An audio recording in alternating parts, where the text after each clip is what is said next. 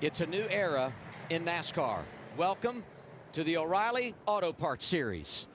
Front row to begin 2026, teammates from Richard Childress Racing, Austin Hill, and our reigning champ, Jesse Love. After adding a lap, it's time to go. Pace car pulling in. Let them run in 2026. Cut. A little bit of a late start. Oh, we got to check out the back. Jeremy Clemens has spun around. Brennan Poole, you see right there in the 44. And just like that, the Whelen caution lights are on here at Daytona. Anthony Alfredo there in the 4 car had a bunch of damage. He was putting that car, Mason Maggio, a ton of front end damage. These stack ups that we see often. And you could sense it. Adams calling the start there. Yeah. They didn't go, right? Like they waited a while in that restart zone, and that doesn't normally affect the guys. Look at your gauges. If anything's wrong, just stop it if you have to. They want you to stop. They want you to stop. Yeah, NASCAR can see that he's trailing oil behind. And this is something that they've really implored to teams when you've had this situation where you have fluid coming out, the radiator's basically knocked out of it, just pull over. Yeah, you're done. Do not drive around the track. It makes the cleanup longer. So he did that here at the bottom of the racetrack in 1 and 2. Well, and the engine builder will thank you as well. Yes, but this is a shame. Oh, Anthony Alfredo. His horrific weekend continues. Take a look and see exactly what happens right here on the start. You see a couple of gaps here on some of these guys. Maggio right there, that pink and white car. And it's the gaps you just mentioned. Those are, you don't want to have that, especially because when you're 2x2 like this and tucked up the rear bumper of another car, you can't see any of those in front of you. There's acceleration. So when you get this accordion effect, it happens almost in an instant where you feel like you've just run into the car in front, but the checkup happened 4 or 5 rows ahead of you. Green. Up, stacking a little bit, stacking on the bottom. Stay up, keep coming. Just inside the 5. The most unfortunate part of this is that it really doesn't matter when it's first lap, right? It's okay. You're gonna catch them when you get to turn 1 anyway, even if you have the gaps. Just the Tableau onboard camera. And remember, for that onboard there, the driver's sitting a lot lower than where that camera's located. Early caution here at Daytona as we begin 2026 in the O'Reilly Auto Parts Series on CW.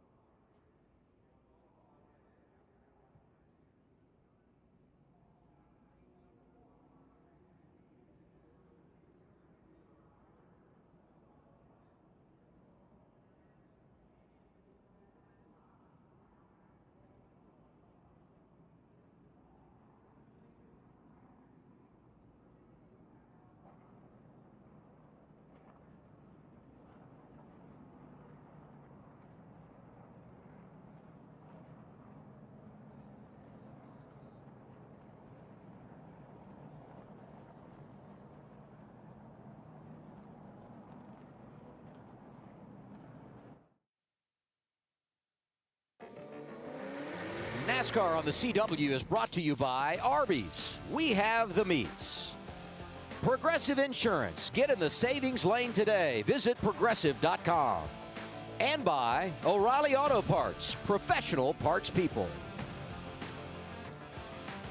Fun celebration here a year ago for Jesse Love, and the Whelen caution lights are on. The same Whelen emergency lights and sirens you see on the safety vehicles here at the track are protecting first responders in communities all across America.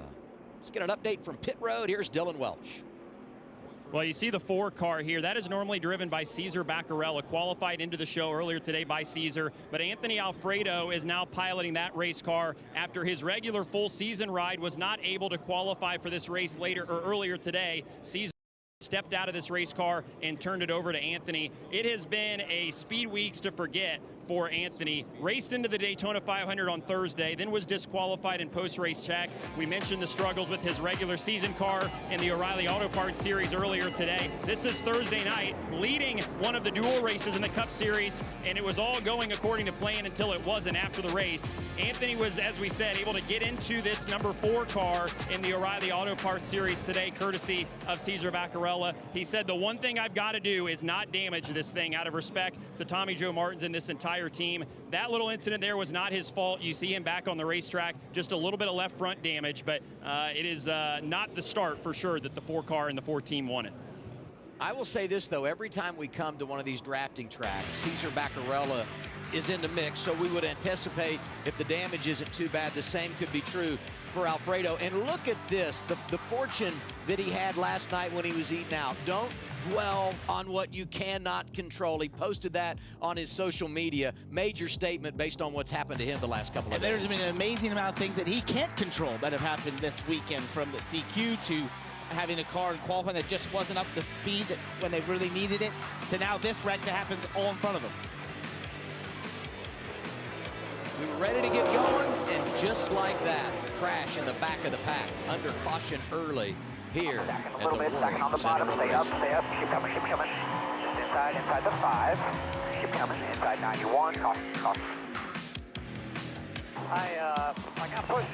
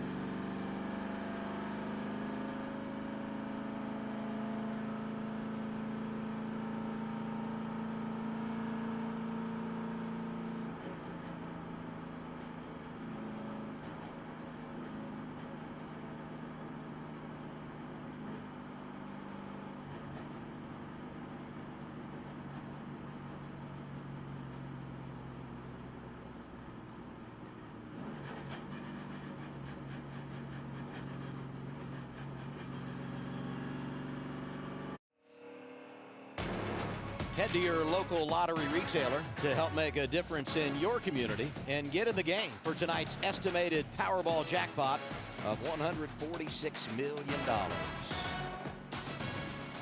Slow start for the O'Reilly Auto Parts Series here at Daytona.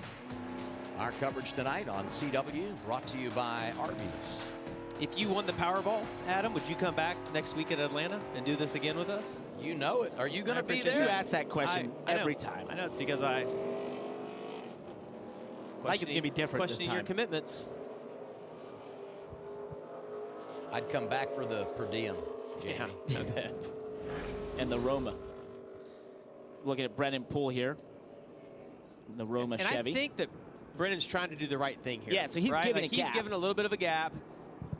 Jeb with Oh, the... you see him the last second Wow. turn down. Yeah, Jeb Well, he made the gets right hit by move there. Jeremy.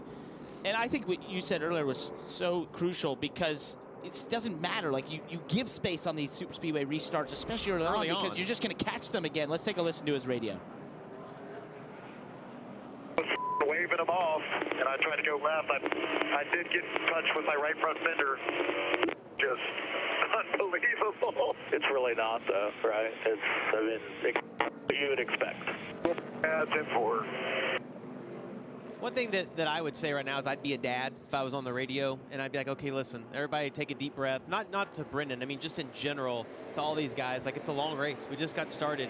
Let's not try to win into turn one. It's going to be fine here. Just give a little bit of a gap here. But, you know, we didn't see a lot of drafting in practice yesterday. So you want to develop that rhythm, and now you get this slow start, so you shrink the opening stage. Maybe we'll find it now. Restart coming as the leaders head through the Poet restart zone. Austin Hill in Rolling charge. it back.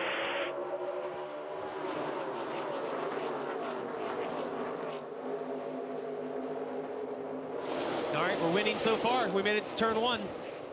Austin Hill got his teammate behind him, red and white number 2, Jesse Love down to his left. Second-year driver from Minnesota. That white and orange number 18 is William Sawalich. Yeah, and it takes about a lap to get those things wound up to speed, as you see already going 3 wide. Yeah, Ryan Sieg shot to the top there. Look at Carson Hocevar back here in the black and yellow number 42. You see him going up through the middle. Keep your eye on him tonight. He had to start in the back, but... Oh, Star Pulley got very loose there, right into 3. Welcome to the O'Reilly series. Yeah, that driver in between him, 31, Blaine Perkins, really good in the draft a season ago. See him sliding down to the bottom lane behind the 8 of Sammy Smith. I like that move by Ryan Sieg. Sometimes when the cars are just getting up to speed, maybe there's a bit of checkup, you can make serious headway up there, and it looked like it was going to work, and now they've kind of stalled out up top. They're going to have to form that line, gain momentum. Arby's onboard camera. This is the man that won the championship 2024, Justin Allgaier. Yeah, and look at the traffic ahead of him. You see on the bottom, look at all those guys moving around. Ooh. Whoa. Got a tear off or something. Sticker. That might have been a back view out of somebody. Yeah. At third lane, got 5 cars in the outside lane. Normally, as you watch this, the lane that has the most cars will be the quickest. The bottom normally is preferred, less distance around. As you see the 21, the white and blue car there in front, working both lanes back and forth, and Jesse Love doing the same thing, his teammate right behind him. One thing to keep an eye on, I just saw Sam Mayer there off turn 4 use a lot of racetrack, and we saw this in the truck series. Oh, wow. I think it was Corey Day that got pretty loose there in the middle. These cars look a little bit uncomfortable right now. In the truck series last night, there was a lot of trucks that were sort of out of the racetrack. This track is losing grip year after year, and especially off turn 4. I actually like that position Corey Day's in. You see he's going to pull up here through the middle. Most likely before he gets to the 2 and the 20, want to pull back down, but he get a little bit of draft from them.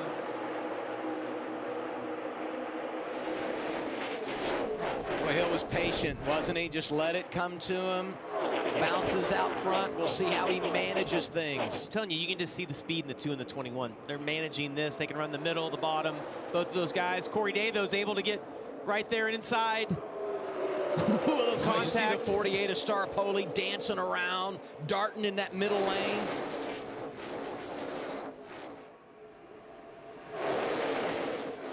Ryan Sieg looks good early.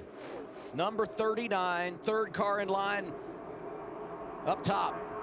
Boy, keep an eye on that middle lane. You got Corey Day Patrick Staropoli, those guys, not a lot of experience. And then behind them, Carson Hocevar, the black and yellow number 42. Ooh, the 48 slides up just a little bit there, Parker. He's definitely loose. He's going to be asking for adjustments when we get to that first pit stop.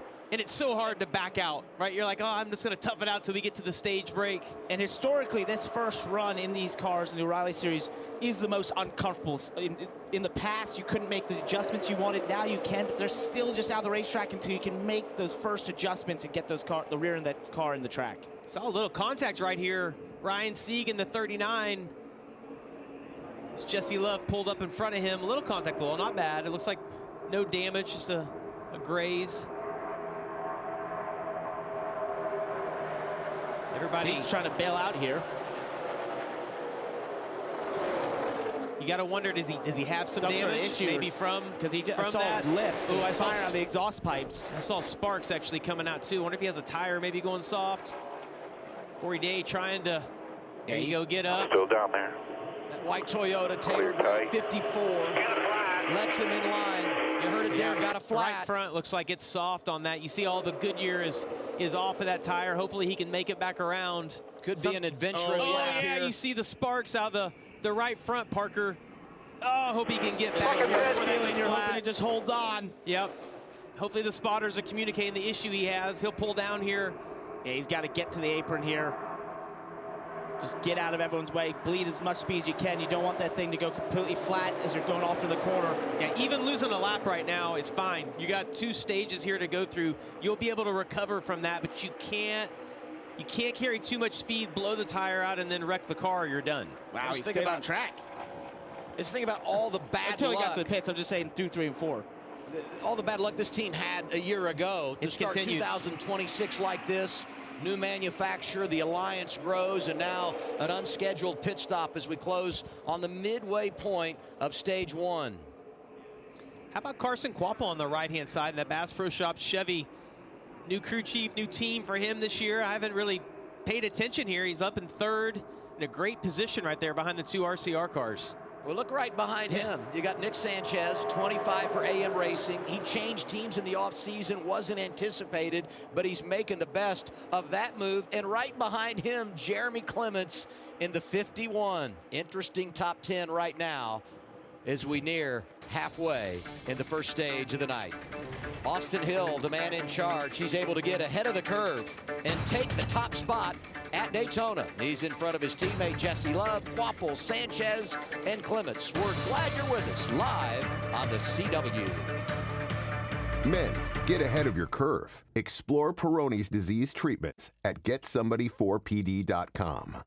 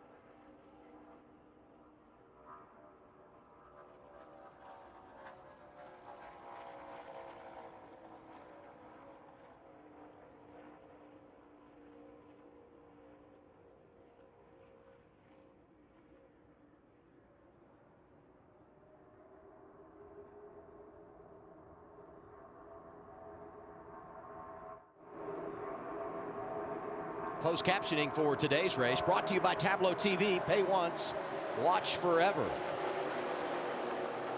17 laps complete of the 30 that make up stage 1 here at Daytona for the O'Reilly Auto Parts Series.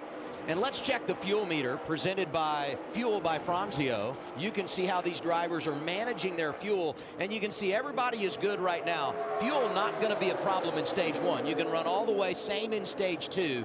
Where the fuel gauge becomes a thing is when we get in that last stage of the day. Yeah, and Parker, we looked up, there's only 12 to go right now. This, because of what we had at the start, down to 12 laps. That's why everybody's starting to get more aggressive. You see that bottom lane is formed. Austin Hill's got his hands full trying to manage both of those lines now, and you see they're equal, which gives Sam Mayer a much better shot. Sammy Smith's the car I've had my eye on right there. You see he hangs Mayer out, rides right there in the middle. It didn't work for Sam Mayer. No. He's going to need some help here as we watch on board here of Austin Hill. Exit 41, we're not worrying about you. And look where his head is pointed all the time, at the mirror. He's going to be watching that, seeing which one has momentum. His spotters going to be telling him how far back those cars are, which ones are gaining, which lanes, and he's going to just hop between them right now if he does it perfectly to keep that lead. Right behind Sammy Smith in that 8 car. 26 is Dean Thompson. Behind him, the 24 of Harrison Burton. Teammates at Sam Hunt Racing showing speed just like they did in this race a year ago organizationally. Last year, Ryan Truex was driving that 24. We know how good Harrison Burton is in the draft. And now we introduce you to the Toyota onboard camera riding with Brandon Jones. Yeah, and as we ride on with Brandon Jones, I want you to watch the lane on the left. Because of the distance, that bottom lane's going to make up 1 or 2 car lengths through the middle of the corner. But then watch, as soon as we come off the corner, all the momentum is on the top, and it's just kind of a balance of the distance versus the momentum and the more cars maybe being in the outside lane. Sammy Smith made that look pretty easy. When he pulled down to the bottom, I thought he was able to maneuver up through there fairly quickly. It stalled out a little bit right here. Brandon Jones gets stuck to the middle. It just feels like a parachute is on the back of your car when you get stuck and both lanes are going by on both sides. And that hurts a little bit of the momentum on the bottom lane there because it breaks up that lane a little bit. You see Sam Mayer falls back from Harrison Burton. Yeah, what's really gonna separate this is when Jesse Love decides to make his move on Austin Hill, because I do think he'll be able to generate a run, but he's not going to do that till the last lap, most likely down, into the last turn, or maybe try to catch him off guard. And we saw him practice it just a couple laps ago. He sort of dove the inside, then dove the top, just trying to see how that's going to work, because that's going to be his move to almost catch Austin Hill sleeping a little bit and get to his inside. And what he wants to do is, at this point of the track right here, on the exit of turn 2, he'll want to lag back a little bit to build a little bit of a gap between himself and Austin Hill, and then hopefully that'll gather up Carson Quapple, who's right behind him, and get a push, and you'll try to make that pass down into turn 3. But if you're on the flip side, if you're in the 21, when you see that gap starting to develop behind you, you'll roll out of the throttle to try to back up into him, and it's a vicious game. And Austin Hill is a master of that. He will tell you when he had competition meetings how he'll ride at the front at 50% throttle and just timing that perfectly. He doesn't let those gaps get too big behind him. He knows the reference in his mirror. His spotter and him have worked on it so much that he's so good at not allowing you to get that run. 8 laps to go in the stage. And as we head toward the end of this opening stint of the race, I remind everybody, championship format has changed in 2026. We've gone to the chase. No longer win and you're in. Points are a premium, but we're still paying points at the end of these stages for the drivers that finish inside the top 10. You want to take all you can get, so the maneuvers will be aggressive here as we head toward that green and white checkered flag. Sheldon Creed in that red and yellow 00 right here gave his teammate Sam Mayer a massive shot down the backstretch, and I saw Sam Mayer have to put his hand out the window because Sammy Smith had pulled down. But Sheldon's as good at pushing as anybody in this series, and that's the guy you want to have behind you. They just can't get that bottom lane to stay organized enough. It just keeps sort of failing here on the bottom a little bit and falling back. They just can't seem to get enough cars down there committed to each other. We constantly see cars get chucked to the middle, and that just kills momentum of that bottom lane right now. But I like the 5 or 6 cars that we have lined up down there. Those are all fast cars. Junior Motorsports, Haas factory team as well. All Chevrolets. Brandon Jones decides to come down and join that group as well. It gets frustrating when you're back there in 10th or 12th. Got 7 laps to go. You know you're going to have to make a move sooner than later because it's going to get chaotic here with 1 or 2 to go in the front. 6 to go this time by in stage number 1 at Daytona for the O'Reilly Auto Parts Series. Austin Hill has led 22 circuits so far. What about Jeremy Clements also in 5th right there? We saw him get spun on that initial start. Looked like his day was off to a bad start. 25 spots you see on the left of your screen how far he's been able to move up. That's a nice setup to our Powerball power movers. Clements the best of the bunch. Sanchez has been good at plus 17. Haven't said Parker Retzloff's name in a while. He's plus 16. Talked about Burton. Carson Quapple looking good as well. Oh, Corey Day gets shucked out to the middle. He moved down, just did, oh, can he get back in line right there?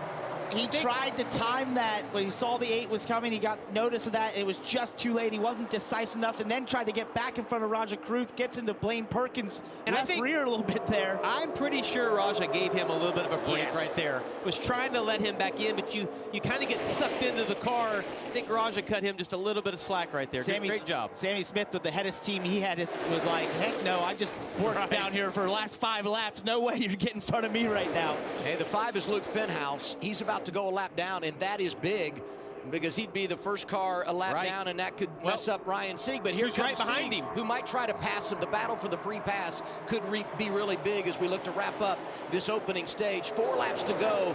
This time around, Austin Hill continues to work back and forth out front, managing the draft. Oh, Brandon Jones looks like he might get to the inside of Dean Thompson, but he's not able to. This is getting so good. Look how the momentum has shifted to that bottom lane as all the cars have gone down there. Jesse Love falling back right now, just looking for Carson Quapple to give him a push at this point. See right here, this is Corey Day in that red, white, and blue 17 getting into Blaine Perkins, and then Raja behind him with the same sponsor kind of rolling out the throttle to give him a gap to get in. That was a great job by Perkins to hang on to that thing. Almost had our second caution of the night. This is awesome right here. We've got the RCR cars broken up. That's what these guys need to do. They kind of control the whole race. You see Jesse Love in that red and white number 2 on the outside. He'll have a little bit of momentum on the exit. That bottom lane is formed really well. I got to tell you, I know the 21, he was my pick for the race. Obviously has a fast car, but I am really impressed with Sammy Smith and the red, black, and number 8 right there. I'll tell you, Sammy's really good in the draft. Second here in August, part of that Junior Motorsports 1-2-3. Has a victory under his belt at Talladega Super Speedway. 2.5 laps remaining, opening stage. Oh, Sammy got hung out. Now he's going to try and catch the top right in front of Jesse Love. You see him wiggling around. He was dancing. Jesse had a head of steam as well. Look at the teammates down low. Mayer is there, getting a push from Sheldon Creed. I'm telling you, it's so impressive with Sammy Smith how he can get hung out, gets right back in line, and is able to get back into position. Oh, Corey Day's around. Day shoots out of line. Trying to keep it off the wall just a little bit. You're good. So lucky right there. A little bit of damage, but I think he's going to be able to continue with that. We stay green. He was riding 12th when he shot out of line, talking about Corey Day. I don't know if he's on the apron, just down on the front stretch. Looks like he's got at least both right side tires flat. He'll only lose a lap here, though, because we're coming to 1 to go right now. I love this part of these races, the end of the stage. Such a snapshot of how the end of the race can pan out. Oh, you see he pushed up a little bit and had to put some wheel in it. And we saw this in the truck race last night. This track has continued to lose grip, and off of turn 4 is just the toughest corner around here. The track flattens out. You still have wheel in it. It just snaps on you at times. You have to be cognizant of that and sort of predict that that's going to happen before it does, and that really broke up our pack here for the front. Yeah, it's totally changed the complexity of the end of this race. Oh, don't tear it up. You see he's trying to get back to pit road. That left rear is coming apart. He just needs to slow down, though. Final lap, stage 1. Austin Hill has led 27 of the first 29. He's been dominant like he always is here Won stage 1 and stage 2 a year ago. His teammate Jesse Love. Oh, behind Sammy him. Smith. There's Sammy Smith around. Crash behind the leaders. Caution is out, and that's how we will end stage number 1. Austin Hill with a green and white checkered flag. He sees the caution as well. Major damage here for the 19 of Gio Ruggiero. Also involved in this was Nick Sanchez. They've done a great job getting up front for their qualifying position. Almost the exact same thing Yeah. that happened to Corey Day 2 laps earlier. And it happens every single time we come to Daytona. I think the 8 has very much damage. Same with 41. Yep. It was the cars behind them that really got the brunt of the damage. Caution number 2 comes out as we can see the green and white checkered flag in the distance to end stage 1. And some really good cars banged up in this one. Austin Hill drives off to another stage win. That's his 17th all-time in the draft. He is the best when it comes to the O'Reilly Auto Parts Series.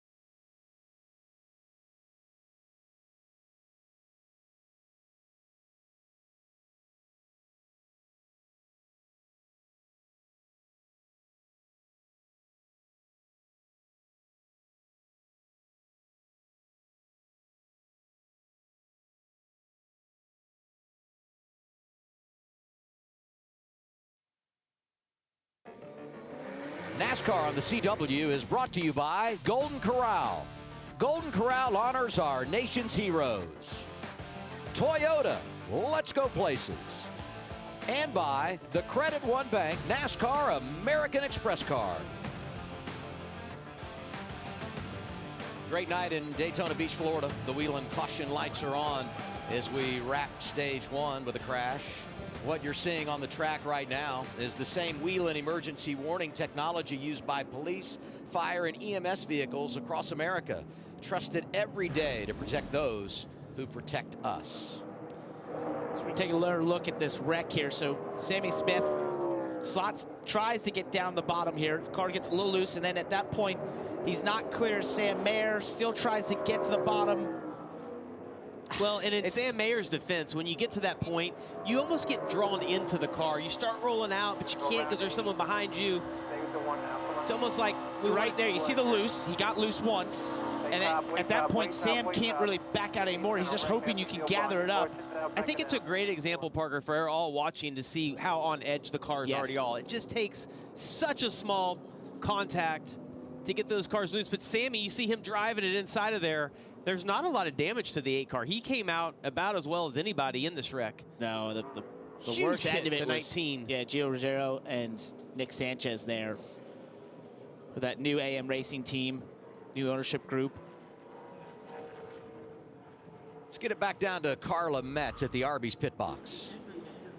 Yeah, thanks, Adam. We're getting ready to bring you all the action here from the Arby's pit box. We got chaos looming as crew guys getting ready to roll here. But first, from our Arby's pit box here to right here on pit road to revealing the Arby's paint scheme with Junior Motorsports team, and finally a kickoff concert for the ages featuring Jimmy Eat World. That's right, Jimmy Eat World inside an Arby's restaurant, a legendary band in the middle of an American icon. The Arby's boys and fans knew it was an event worth turning up for, and Arby's offered them more than they expected with good music plus meat in 3 boxes, giving them their fill of good food, an iconic band, an incredible crowd, and a whole lot of food all at Arby's. I'm not sure how they got so much in there, but I guess that's Arby's at Daytona for you. And as we head into the next stage of the race, it's a perfect time to fuel up with Arby's new $7.99 meat in 3 box. Arby's is giving you a whole lot of food with a classic roast beef or crispy fish sandwich and 3 delicious sides. That's more meal for your money. Scan the QR code now to order in the Arby's app. Arby's, we have the meats. Adam. Thank you, Carla. Pit road going to be open this time around. Always a fun game to see what the plan is in regard to tires, and do you take tires over track position? Progressive Pit Road, a busy place. Let's go there now. Kim? And you see Justin Allgaier at top of your screen. He said everybody is sideways. He said, I'm free. It's really hard to suck up. Crew Chief Andrew Overstreet calling a 4-tire stop 2 rounds down on the track bar. You see that adjustment right there. Under him, Austin Hill had a vibration during the first stage. Not bad, never got worse. They thought maybe it was from scuffed tires. Said, do you want to put on 4?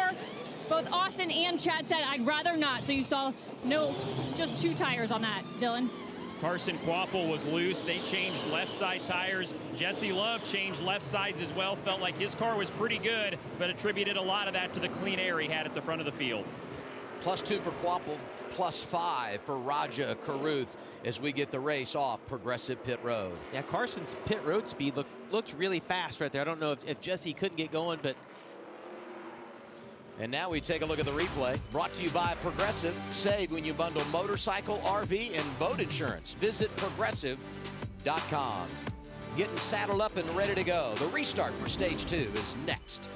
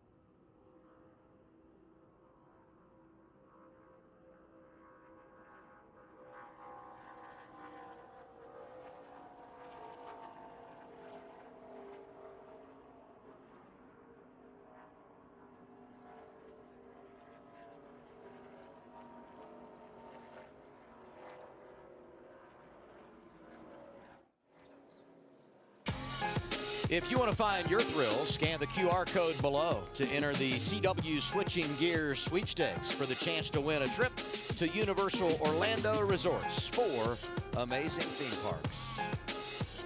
One stage down in Daytona for the O'Reilly Auto Parts Series. Let's get an update on driver 7, Justin Allgaier with Kim Kuhn. Yeah, and Adam, when we come to drafting tracks, we know the importance of finding your friends, especially in the pack. And this year it's made a little bit more challenging by the removal of the driver's name off the back windshield. Take a listen to the driver communication from the 7 car brought to you by Starkey.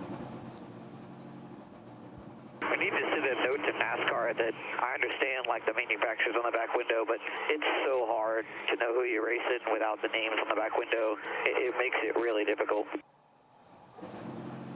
So, Parker and Jamie, I want to get your perspective. With as tight as the cars can get in the pack, how difficult of a challenge is this for the drivers?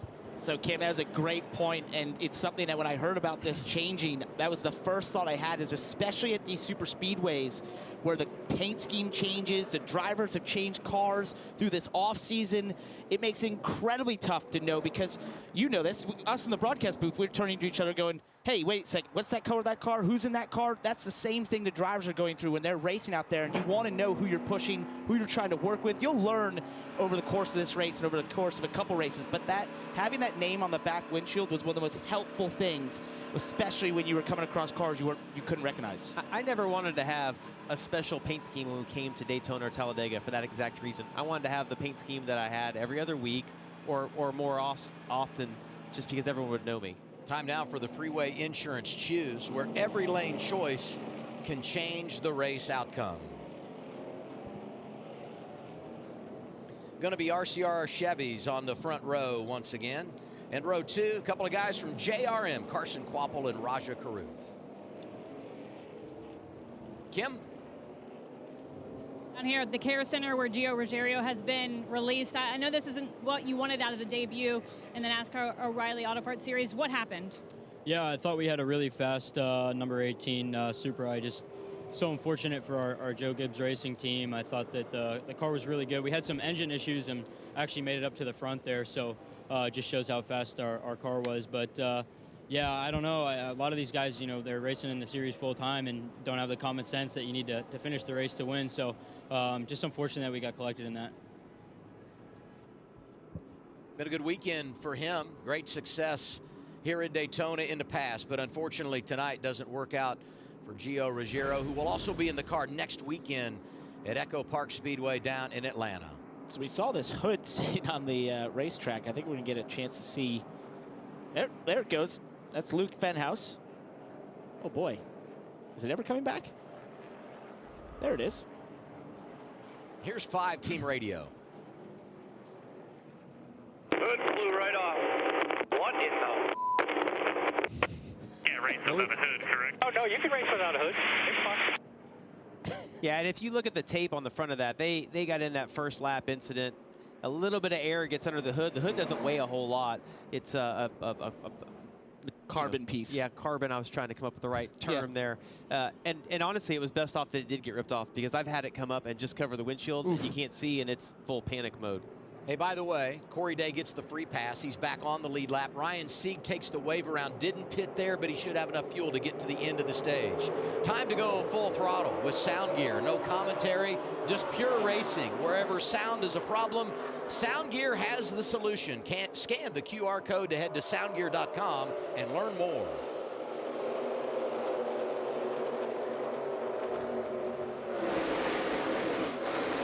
You are clear. 80 is not. 80 is still on you. 80 is still on you. 1 has no help by 1. Yours is still...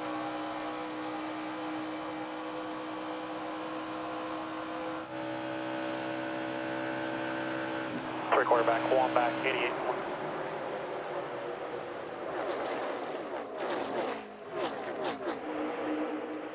That inside lane.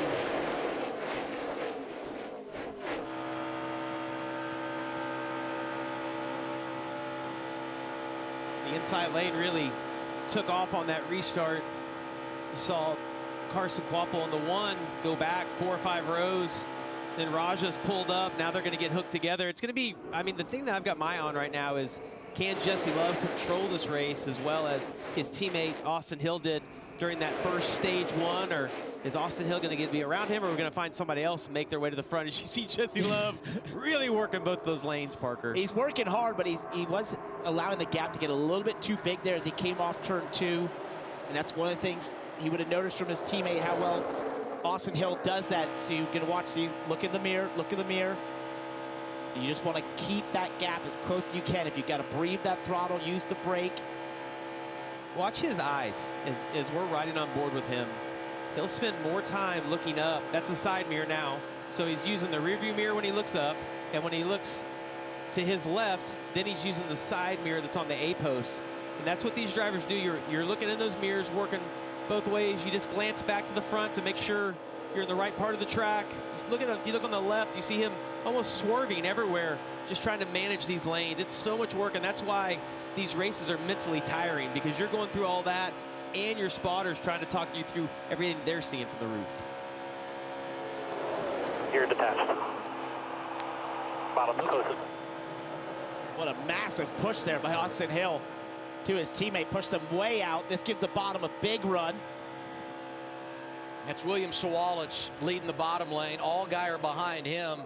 And the third car in line down low was the third car, now the fourth, that white Toyota, Taylor Gray, second-year driver from New Mexico. Jeb Burton, a part of that front group. Haven't talked to him about him a lot tonight. He's in that 27 down low. Yeah, and what Jesse Love would like to see is these guys stay too wide and none of them ever really generate a run. But it's so hard to manage both of those lanes because of that right there. Yeah, all these guys behind pushing, trying to move that lane forward. Great view from our Golden Corral onboard camera. And one of the things is you're in Jeb's position here. Some of those pushes are unnecessary. They're not doing anything when you're this far many rows back, so you almost don't want to be doing that. That's where you see wrecks evolve and come from at times. Oh, interesting move right there by William Sawalich in the 18 to move up. It's almost going to put Austin Hill back another row. See if he can fight his way back to the front. Looks like that bottom lane, actually, this time, the last run, seemed like the top had the most cars in it and had the speed, but now... Oh, Jesse's trying to chase him up there. Ooh, that bottom lane's getting disorganized now. You see, they've made it 3 wide. Austin Hill and Justin Allgaier just touched there into 3. Saw the graphic. Jesse Love has gone over 400 laps led in his career in the draft. Already listed among some of the best. And in control here. He and his teammate have combined to lead 40 laps this evening. Right on board with Justin Allgaier right here. We're gonna have a little contact right here with Austin Hill to his outside. What happens there is Justin moves up trying to slow Austin down, and Austin's moving down, trying to kind of bog him down. It's just the game you play. Almost halfway through stage 2 at Daytona for the O'Reilly Auto Parts Series. As we head to break, we look at our Arby's leaderboard. The man in charge, Jesse Love, Sawalich, Allgaier, Hill up there with him.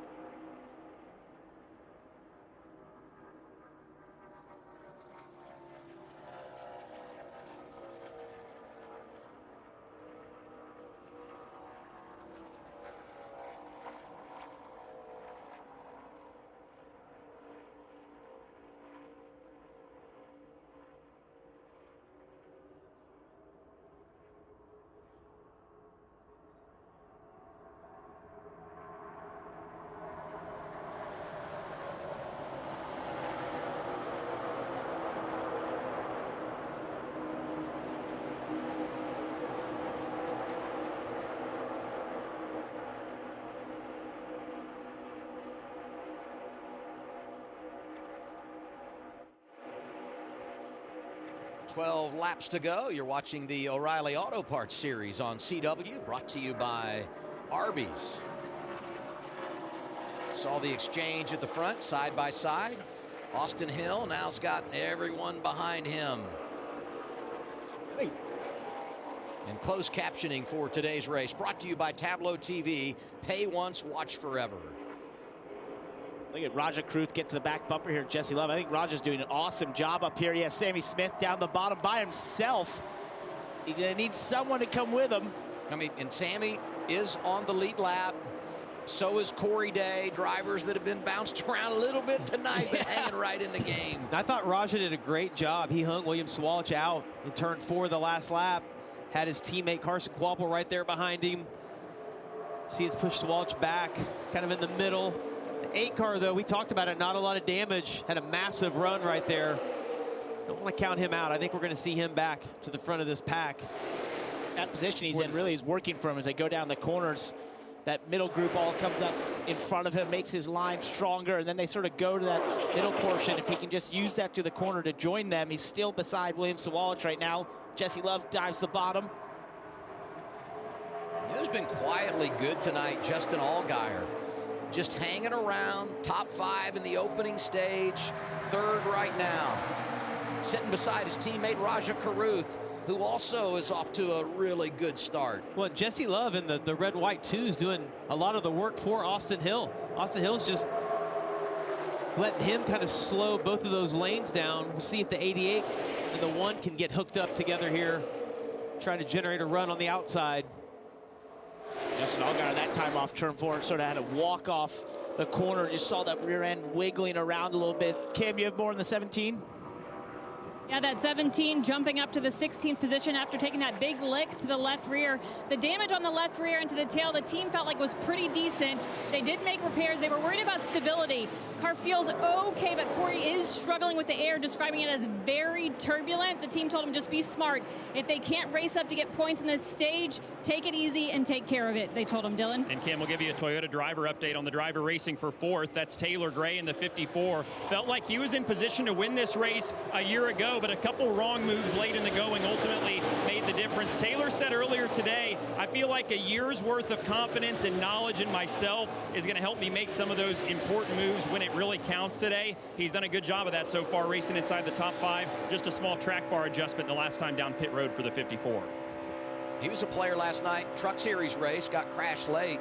And speaking of being crashed, over half the field in this race tonight has received damage at some point in the 2 dust-ups we had, one at the beginning of stage 1, one right there as we saw the green and white checkered flag. Among them, Sam Mayer, but he stayed on the lead lap, and here he is in the top 10, coming to 8 to go in our 2nd stage. It looks to me like the handling of the 2 car up front is starting to go away. I saw it looked like he got really tight off turn 2, actually allowed the 88 behind him to get a run, which put him in a good position, and that's sometimes how that works, but it looks to me like Jesse Love has his hands full right now. I don't think he's the only one. I think handling tonight is going to be at a premium amongst looking at all these cars wiggle off the corners. Austin Hill out front, 8 laps to go, stage 2 at Daytona.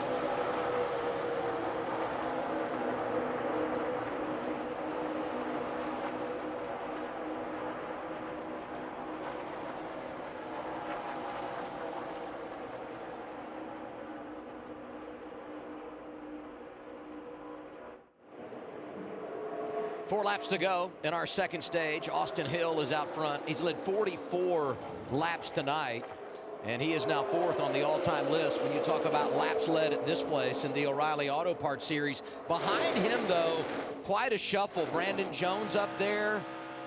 You got, Corey Day is inside the top 10. Saw Parker Retzloff circling. So some new names at the front that'll be players to get stage points. And how did Jesse Love end up here? He was the leader of the bottom lane just a couple laps ago, and all 4 almost had to check up, lift. You mentioned how loose he looked, and that just killed the momentum on the bottom, and Justin Allgaier was able to get to the top. He's rode up there into the top 5, and it's just taken forever for this bottom lane to reform and regain that momentum. I like all 4 JRM cars lined up on the outside. I think Raj has done a tremendous job to get him. Oh, Sammy Smith has had enough. He's going to try to go to the bottom. We saw them all stack up on the entry to turn 3. Well, you got the 4 JRM cars, and then the car from Hendrick Motorsports driven by Corey Day, that's 17. They're all kind of working together here and trying to pounce on the man out front, Austin Hill. Can anybody take him down? He's the draft dominator and won the opening stage tonight. Raja moves down in front of Sammy Smith. Going to get beside him, it looks like. Great move. Is he going to have the speed to carry on by him? Look at this. 88, Raja Caruth trying to go to the point. Got Sammy Smith right behind him. I think he's going to have that help earlier from Sammy. Oh, Raja gets loose. Oh, you see him having to chase it up the racetrack a little bit. Great job hanging on to it. We'll see if that bottom line can stay formed up. They've broken apart so many times. 2 to go, second stage. Sammy Smith is a great pusher. If he can get to the back bumper of that 88, he's really going to help out Raja. The 21 clears once again from the push of Carson Kvapil. That's what Raja did not want to see. Raja did lead a lap there, first of his career at this level of NASCAR. Gosh. A 2-time winner in the Craftsman Truck Series. So close to clearing Austin Hill down into turn 3, just a couple of feet short. Now we got all those JRM cars side by side. They're not helping each other this way. But this is a great. Oh, Corey Day again. Hold on to it. I mean, that's the spot right there. Jeff's like, give me a little room, bud. Took him back to his dirt days, just sliding off the corner. He hangs on, final lap, second stage. Yeah, try to learn right here if you're Carson Kvapil or the red, white, and blue 88. Raja Caruth on the bottom. It's exact same position you might be in for the win as we take a look back at Corey Day and how sideways he was off turn 4. That was a major save. Really well done. As we get back to the live here, the bottom's not quite had the momentum here. Carson Kvapil's getting pushed by Justin Allgaier. They had a huge head of steam that just couldn't get quite to Austin Hill. Last time we raced in the draft, October at Talladega, Austin Hill won. Carson Kvapil was second. That's how they ride through the tri-oval, back to the green and white checkered flag. Sweep for Austin Hill. He takes stage 2. He's won 7 of the last 14 stages at Daytona. 18 stage victories all time in the draft. This driver from Winston, Georgia is special, sweeping the stages one more time at the world center of racing.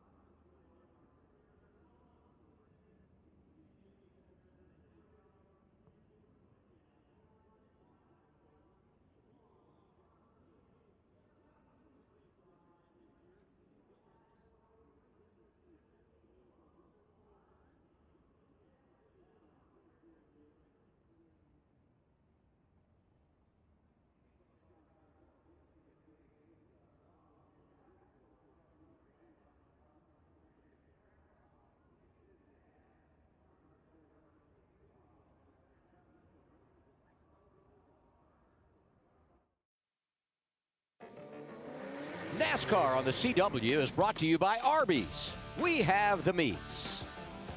Progressive. Save when you bundle motorcycle, RV, and boat insurance. Visit progressive.com. And by O'Reilly Auto Parts. Professional parts people. It's a magical place. The world center of racing. Daytona International Speedway in February. Tonight, season opener for the O'Reilly Auto Parts Series. Been an impressive first couple of stages, but now's when everything really starts to gather momentum. That run to the checkers and everything that's on the line at this place. Well, and we're getting ready to maybe have our longest run of the night, and we've seen handling become a big issue. We're getting ready to find out whose cars handle the best. This is our third caution of the night. Anytime we illuminate those wheel-in caution lights, we give out the free pass to the first car one lap down. This time it goes to Carson Hocevar. He gets back to the lead lap, driving for Young, scored back in the 32nd position. There's his teammate, Ryan Ellis. Been quiet tonight. He's 28th. Mando on board. Josh Bilicki running full-time for SS Greenlight Racing and Bobby Dotter.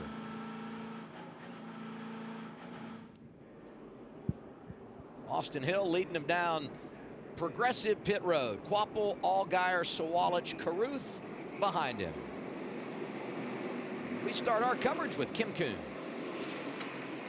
And you're going to see Justin Allgaier at the top of your screen. He said that last adjustment was good. The car is definitely better. They'll look to take right side tires only on this stop. Below him, Austin Hill said he was a number 1 or 2 more tighter this run. Car was okay. They'll take right sides, make a small adjustment for him, Dylan. Carson Quapple said he was just a little bit light on corner exit. They'll change right side tires and fill it full of fuel. Raja Carruth just asked to be tightened up a little bit. He's overall pretty happy with the balance. Looks like just rights and fuel for the 88. Race off Progressive Pit Road. 2 tires for Austin Hill. He's the first car off. Sawalich comes out behind him, +2. +8 for Brandon Jones, who comes off behind Allgaier. And Quapple, who had a bobble, drops 3 positions. Restart to begin the final stage next on CW.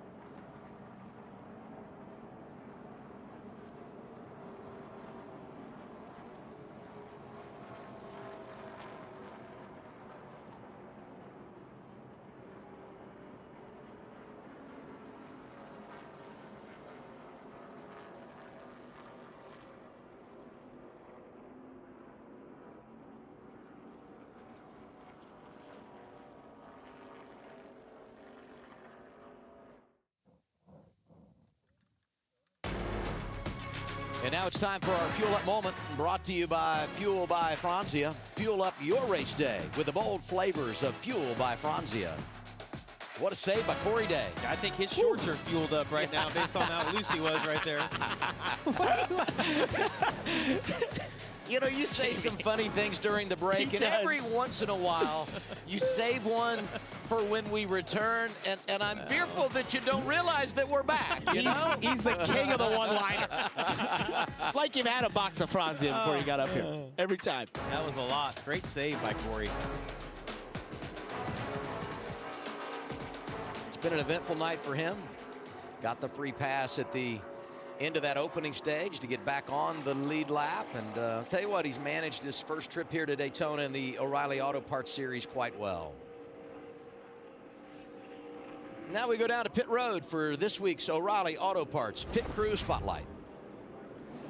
Yeah, that's right, Adam. We're going to spotlight Skip Flores, who, if you're a fan of the Stacking Pennies podcast on a lot of the NASCAR social channels, you'll recognize Skip right away. He's been a tire changer at the Cup level. He's going to bring a great veteran presence to this 88 over-the-wall crew this year in the O'Reilly Auto Parts Series. As a multi-time champion, he'll be changing the front tires on that car. Skip does it all, though. So last Saturday night down here at New Smyrna, just down the road from the big track, he was in the Flow Racing booth calling the NASCAR Whelen Modified Tour race. And then a couple nights later, he won the 602 modified feature at New Smyrna. There's been racing down there all week. It's a great alternative to the big track here, as you see some of the chaos developing there in that race. But Skip got it done. He does it all behind the wheel as well. Had the family in Victory Lane race in Atlantic City earlier this winter too in TQs. So he does a lot. He does media, he does pit crew, he does driving. So great to have him in this garage area this year. Again, front tire changing on the 88. So Ryan's been around forever. He was actually a tire changer when I worked at Roush, when I drove for Roush 15 years ago, and Larry Carter, the crew chief, didn't know his name because he was new, and he started calling him Flea because it reminded him of the Red Hot Chili Peppers. So that's how I knew him as Skip's Flea awesome forever. Dude. Yeah, great guy. Well, we read off his resume, Dylan did. He's also a dad that's very invested in his kids and their racing career. Time for the Freeway Insurance Choose, where every lane choice can change the race outcome. Austin Hill goes down low. Gonna have a couple of Chevys right behind him. You know, I feel like a lot of time when we do the choose, there's always a preferred lane, but we've seen, honestly, whichever one the 21's in to be the preferred lane tonight. Well, and I think his choice really comes down to who he thinks is going to come up behind him, right? If it was those two Toyotas or not, he was probably happy to see a Chevy and Justin Allgaier, but I have to say, if you want to beat that 21 car of Austin Hill, you cannot help him. We saw Carson Kvapil at the end of the last stage give him a big push that got him back out in front of the two lanes, and he's so good at controlling the front, you really almost have to make a concentrated effort not to help him, which is so tough to do, but if you can, it's going to give you the best chance to get him back in the pack. We need to shuffle him out sooner than later, right? I don't think we want to wait till 1 or 2 to go in this race like we've tried in these last 2 stages. We need to shuffle him out sooner than later and get him back in the track, and maybe his car won't handle as well. Third car in that low lane for the restart, Raja Karuth. Here's 88 radio. Yeah, but you might be in it a lot, so just be ready. No shame in coming out of the throttle a little bit mid-corner to be prepping for it, right? Just kind of let the car settle. Good horse, just planning ahead. Yeah, you kind of got to anticipate it so you don't bust your ass in the on exit like that. That's such a cool thing to get Dale Earnhardt Jr. on the radio. I felt that exact thing in the summer race in that 88 car when Dale came on the radio. I thought, man, that's kind of cool. Okay, I'll do it. I'm going to listen. But he's got great advice, and man, has he been successful in the super speedways. Going to the chase in 2026. Points are everything. No more win and you're in. Austin Hill gets the sweep. Great night for Carson Kvapil. Allgaier is there, and can't say enough about the job for William Sawalich. Jesse Love opens up defense of his title with 9 stage points. Everybody going to have to make a pit stop in this final stage. Probably going to come under green. It's always a dicey moment. You want to be in control, and that's where Austin Hill is right now. Inside of William Sawalich. It's the final stage at Daytona.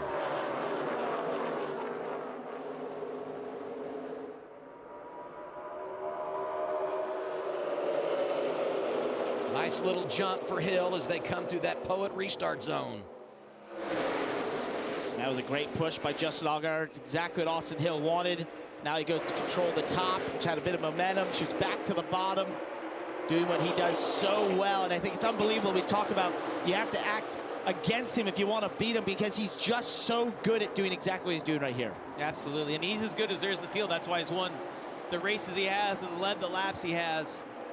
Really thought that Brandon Jones had enough of a push on Swallow right in front of him that they might be able to get to his outside. But, man, Austin's just done a tremendous job managing these lanes and knowing when to move up. That's obviously on him and his spotter, though. Takes the high lane here. And Justin finally gets to his inside. We'll see. But Raj is so far back right there. If they're able to complete the pass, maybe run side by side right here. The distance will play in their favor right here, being on the bottom. If Raja can get back to that rear bumper, Justin Allgaier, but he's just too far back right now. They don't really have any help. Well, now the bottom lane, you see it's kind of breaking apart, guys, making it 3 wide, and that just crushes it. You wouldn't think the back would affect the front, but it does, because when the lane gets shorter, it just doesn't have the energy it does in these longer lanes. Allgaier was in a great position right there, but Raja just couldn't stay close enough to him. You see Justin side drafting as hard as he can on William. Exit of 4 right there. Allgaier has won here, but he did it in the summertime. And he told us in the offseason really would love a February victory here. 28 career wins for the guy that got the championship in 2024 and has been so great behind the wheel of that 7 car for more than 10 years for Junior Motorsports. Back down half, cover both. The top lane is tighter. The bottom lane's having a really hard time staying connected. You see Jesse Love. He went below Daniel Dye there, kind of stuck him to the middle. I actually think it's going to help the bottom lane a little bit.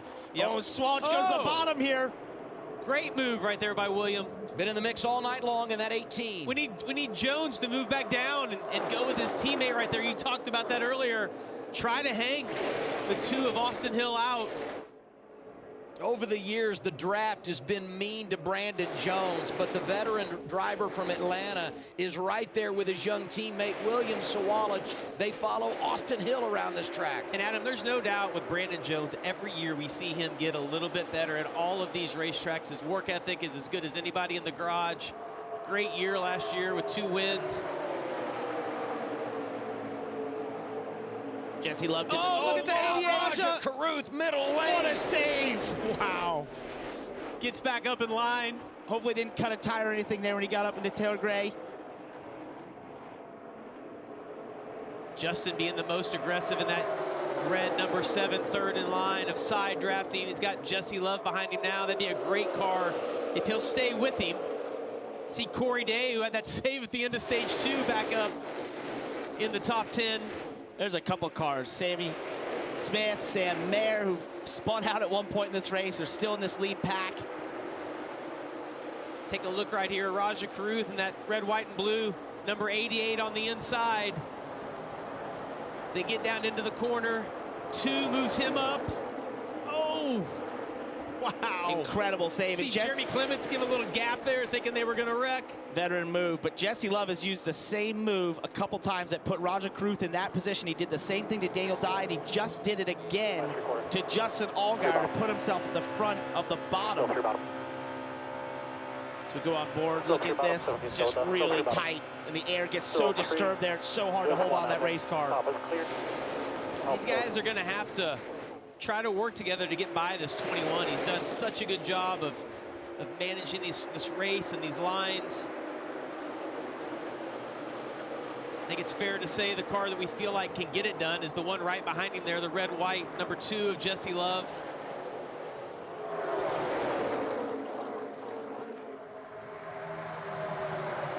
Austin Hill coming to 60 laps led in this race.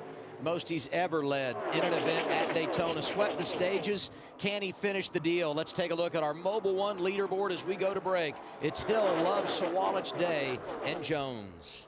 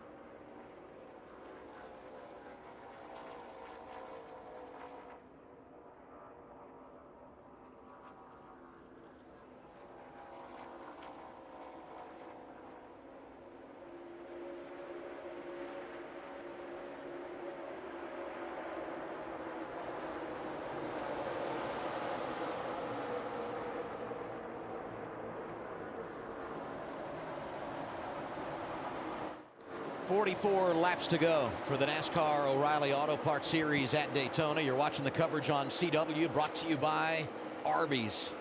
Austin Hill continues out front, 63 laps led tonight.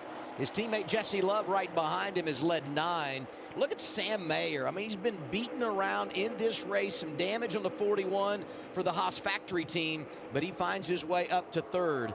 And now we look at the fuel meter presented by Fuel by Franzia, and you can see here, everybody is good on fuel, but you want to get onto pit road earlier than the window calls for so you can control the race, maintain that track position.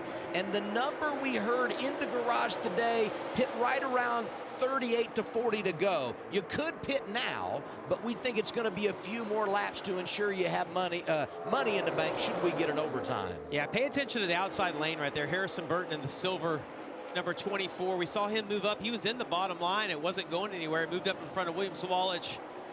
And honestly, that's not the car you'd want leading, looking at the damage to the front of that car, but they've been able to make up a little bit of ground. Slowly but surely working their way to the front. We're going to take a look here at Austin Green. We saw him spinning there. Oh, it's Patrick Starpoli. Just moves down, catches Austin Green there, goes for a ride to the infield here. He ended up having to lock it down at one point. Would have tried to maybe keep it rolling because now you're going to explode those tires. He did get it rolling eventually, so there was no caution. Interesting, Harrison Burton up there. You know, lap down, first car 1 lap down, so if he can get a caution, get the free pass, even though the car is damaged, we know what happens here. I mean, you just get on the lead lap and you put yourself in contention in case there's a big crash or maybe you can rally late. Yeah, and the closer Harrison Burton gets to the front, the more impatient these guys behind Austin are going to get. You kind of get content with the amount of laps we have left riding right there because you're in a good, safe position. But as that outside lane approaches, everybody wants to position themselves the best to be at the end of this. And you can see the cars, the handling starting to go away. They're dancing around. Everybody's complaining about being extremely loose tonight. Except for one guy, Austin Hill, who's had the cleanest view. And if this feels dominant more so than ever, this is the most laps he's led at a Daytona race. Previous high was 53. We're at 66 right now. Well, he's been at the front. We think he's going to get the hang of this. You know, he's probably got a we chance. feel like he might figure it out sooner than later. Oh, by the way, next Saturday night, we're going to his home racetrack. You'll see it on the CW, Echo Park Speedway in Atlanta. He's unbelievable there as well. He just has such a feel and a knack for this, combined with a fast race car from RCR. You know, his teammate there, Jesse Love, drove through the field earlier, making passes that no one else could make, but once he got to his teammate, that stopped. Can't get past that car. Look at that low lane. We've talked about Corey Day. Right behind him, there we go. 99, Parker Retzloff having a good night. Blaine Perkins there as well has scored stage points. He's in the top 10, and now here we go. Scheduled green flag pit stop. Is this I only saw RCR alone? cars. I only That's saw what I'm wondering. 2 cars wave their hands there, and that'll work against them if they're the only 2 that come for fuel right here because they will not run as quick. It's all the RCR affiliate pack cars there. You have Jordan Anderson, race team from Blaine Perkins, Viking Motorsport with Retzloff. Kim. And first green flag stops of the night, and Austin Hill has a different crew than we've seen with him the past few years. The 8 Cup crew, with the exception of the rear changer, they said, are we going to stick to the plan? They said, yes, that plan, fuel only for Austin Hill. Dylan? Fuel only as well for teammate Jesse Love. They made a huge track bar adjustment the last time down to get Jesse better in traffic. He drove from 9th to 2nd there under green flag conditions. You go fuel only, you don't want to slide your tires coming in because then you would have to change them. This is a lot to manage and execute. But Adam, the outlier here is there was 5 or 6 cars that pitted together there. The lap time that they can run when they pull back out versus the lap time that these guys who've now gotten all single file, Parker, and I think that's going to benefit them greatly on the overall time. They might get a little bit of a buffer built in. Austin Hill was also not the first one off the pit road of that group that came there together. Something we'll think about as everything cycles through.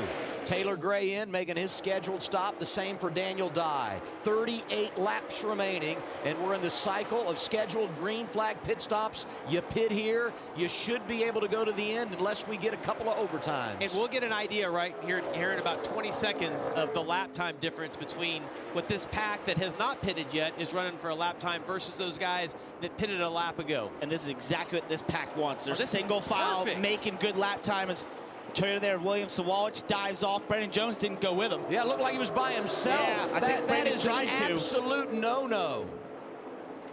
It's almost like a miscommunication right there. Not everybody got the memo of when you need to pit. So the leaders right there ran a 48 flat. If I go back to Jesse Love, who you see right here, is going to come by the start-finish line. What I notice about that, Love and Perkins both in front of Hill, right? Yeah. I mean, you put Cycles to the yourself front. in position to take control once everything cycles. This pack's going around Starpoli there in the 48.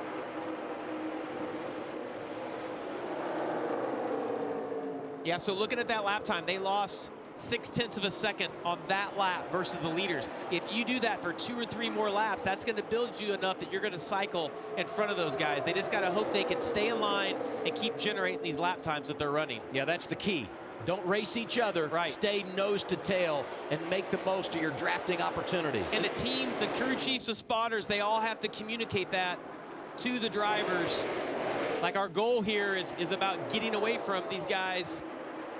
If you want to beat the RCR cars, you've got to make lap time right now to get ahead of them, put them further back in this pack when you get through the pit stop and rejoin. It looks like a lot of these guys are going to pit right here. I saw some more hands out the window. Leading this group, Sam Mayer. Got some Chevys from Junior Motorsports. See how everybody works together getting on to pit road.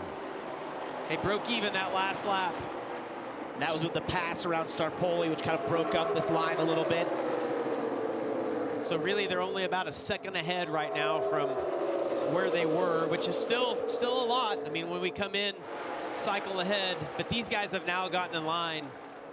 Actually, for William Sawalwich right there in the orange and white car, that's worked out well for him because it looked to me like he was going to be on an island of his own. Yeah, I was really worried. A lot of Here we go. hands out the window here. And these stops will come with 34 remaining. Saw everybody wave but Mayer. I'm hoping that he knows that they're all going to pit or he's going to be in a bad position by himself out there by a whole lap. And this could be the biggest group we have come on together, which I'm assuming exaggerates the potential for problems even more. Coming second 3 red, second 3 Corey red. Day does a great job, hasn't done a lot of green flag pit stops, and that's a good place to Really get in well trouble. done. Great job by the 17. Here they are, Kim. Yeah, it'll be interesting to see what Justin does because Andrew Overstreet told me he would flirt with taking tires and put his team on offense, but looking like he's electing with fuel only for Justin Allgaier, as well as fuel only for Corey Day, Dylan. And it's been a full day for Sam Mayer in the 41. Had that wreck at the end of stage 1, had a right front go down into stage 2. They took fuel only there and are back in the mix. So now you get the blend, and those guys that have made their pit stops coming off, getting back up to speed versus these drivers in the draft that are locked in together that have all of that momentum. I think this is going to be easy for the look at RCR the run, duos. the momentum they're going to have. Oh, yeah, they're going to drive right on by. Absolutely hammering by in the outside lane. The parade led by Jesse Love, Blaine Perkins behind him, and then it's Austin Hill just the way they came off pit road when they made their green flag pit stops. That last lap for this RCR group of affiliates and the RCR cars was a couple tenths faster than that pack was ever going. That was led by Sam Mayer. Top 8 cars being showed in our bumper have not yet made a pit stop. So they will cycle back in the pack once they come down and make their stops, and they have to come before the end of the race, maybe just running it a little bit long here. Gosh, look at how much that pack is driven away from the second group that pitted. They've got, look at that, pretty good gap on them right there. They're going to have to get lined up to draft back up. Jordan Anderson leading. He'll have to make a pit stop. Let's look at our Mobil 1 leaderboard as we go to break. It's going to be Jesse Love in charge, but officially Anderson, Hocevar, and Poole out front. Balicki and Ellis also there.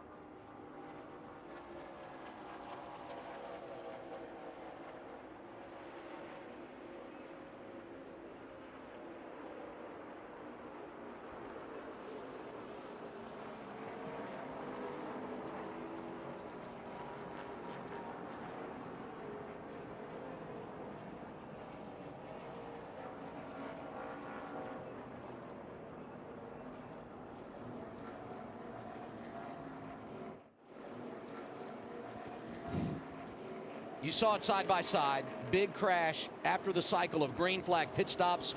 4th caution of the night for the O'Reilly Auto Parts Series here at Daytona, and it took out some really fast cars that had a real shot to get it done tonight. Yeah, and the perspective we were on when we saw that, it was really hard to see like what happened. It was kind of from behind, so get another view of this and see what happened. You know, it's 29 to go, so everybody's getting more aggressive. Yeah, and when you come after green flag stops like that, the pack's real jumbled up. People are in different places. They were all trying to navigate that, and it seemed like it was very disorganized as they were trying to figure out where they want to be as Jeremy Clements comes to a stop here. Good news for Clements. He did get stage points tonight, both stage 1 and stage 2. And, you know, we always talk about that in the draft, because you know you can be involved in these big crashes, get all you can early to minimize the damage if this happens. Yeah. Brandon Jones, another driver that we've talked about. I mean, just the draft has really never been good to him. Average finish in this configuration, the worst of all types of tracks for this driver from Atlanta. And he gets damaged one more time. Yeah, and the fear, if you're these guys that weren't involved in this, you know you're going to stay out here, is debris on the racetrack. You got to really pay attention if you're those front runners of making sure you avoid any debris. And NASCAR has stopped the field just off of turn 4 for that exact reason. So we get a replay here. It's down into turn 1. Oh. See, maybe coming down on Jeb Burton there. And Sam Mayer takes a big shot into Brandon Jones. And then Sam is coming up the racetrack here as Natalie Decker, I believe that is. Yep. Oh. You know, Sieg was right there where all that started, and I'm not sure he got real heavy damage. Yeah, it looked like Jeb was kind of holding his line right there. I don't know if Ryan knew that he was inside of him, but started to slide down just a little bit. Oh, Sam Mayer gets Brandon Jones. You see Jeremy Clements come in there. You can't stop. When you watch this, one thing that you can't see on the screen is how much oil is all over the track. You hit the brakes, and the brakes work, but the tires just don't stick to the track. Can't slow. Oh, man, that's a late hit. Really late. 8 cars involved in the 4th caution of the night that has led to a red flag. Riding with Brandon Jones. Yeah, it looks to me like Jeb held kind of where he was. And for Sam Mayer right here coming back up the track, you don't want to have your feet on the pedals at this point. And that hurt. That's the biggest, the most hurt, because you're not ready for it. It's like getting punched with your eyes closed. Yeah, I think Ryan Sieg just really came down on Jeb Burton there. Bottom. You can see where Jeb's car wiggled as he got hit basically by Sieg. Well, and Ryan is just following that car in front of him, you know, and you... He doesn't even realize Jeb's there. Jeb doesn't realize he's coming down because he can't see that he's following that line ahead of him. Got away with it. Sometimes when you are the cause of the wreck. Watch this right here. Yeah, this is you see, she's trying to get up. There's nowhere to go. She's got to slow down prior to getting there. What a hit, though. Sam had no idea that that was coming. Let's hear what Natalie Decker had to say. Kidding me, that hurts so bad. Why the did he roll up the track? Who the was that? That pisses me off so much. That hurt. Holy Well, I mean, Sam had no brakes, had nothing. There's nothing. He didn't want to roll up the track. Like, I'm sure she's frustrated, but that's part of Speedway racing. You also have to be slowed down. Yeah, when the caution comes out, cars are wrecking, there's no reason to be at any rate of speed at that point. You can come to a complete stop if you want. Some heavy hits, a lot of debris under the red flag with 29 to go here at Daytona. Back in a moment on CW.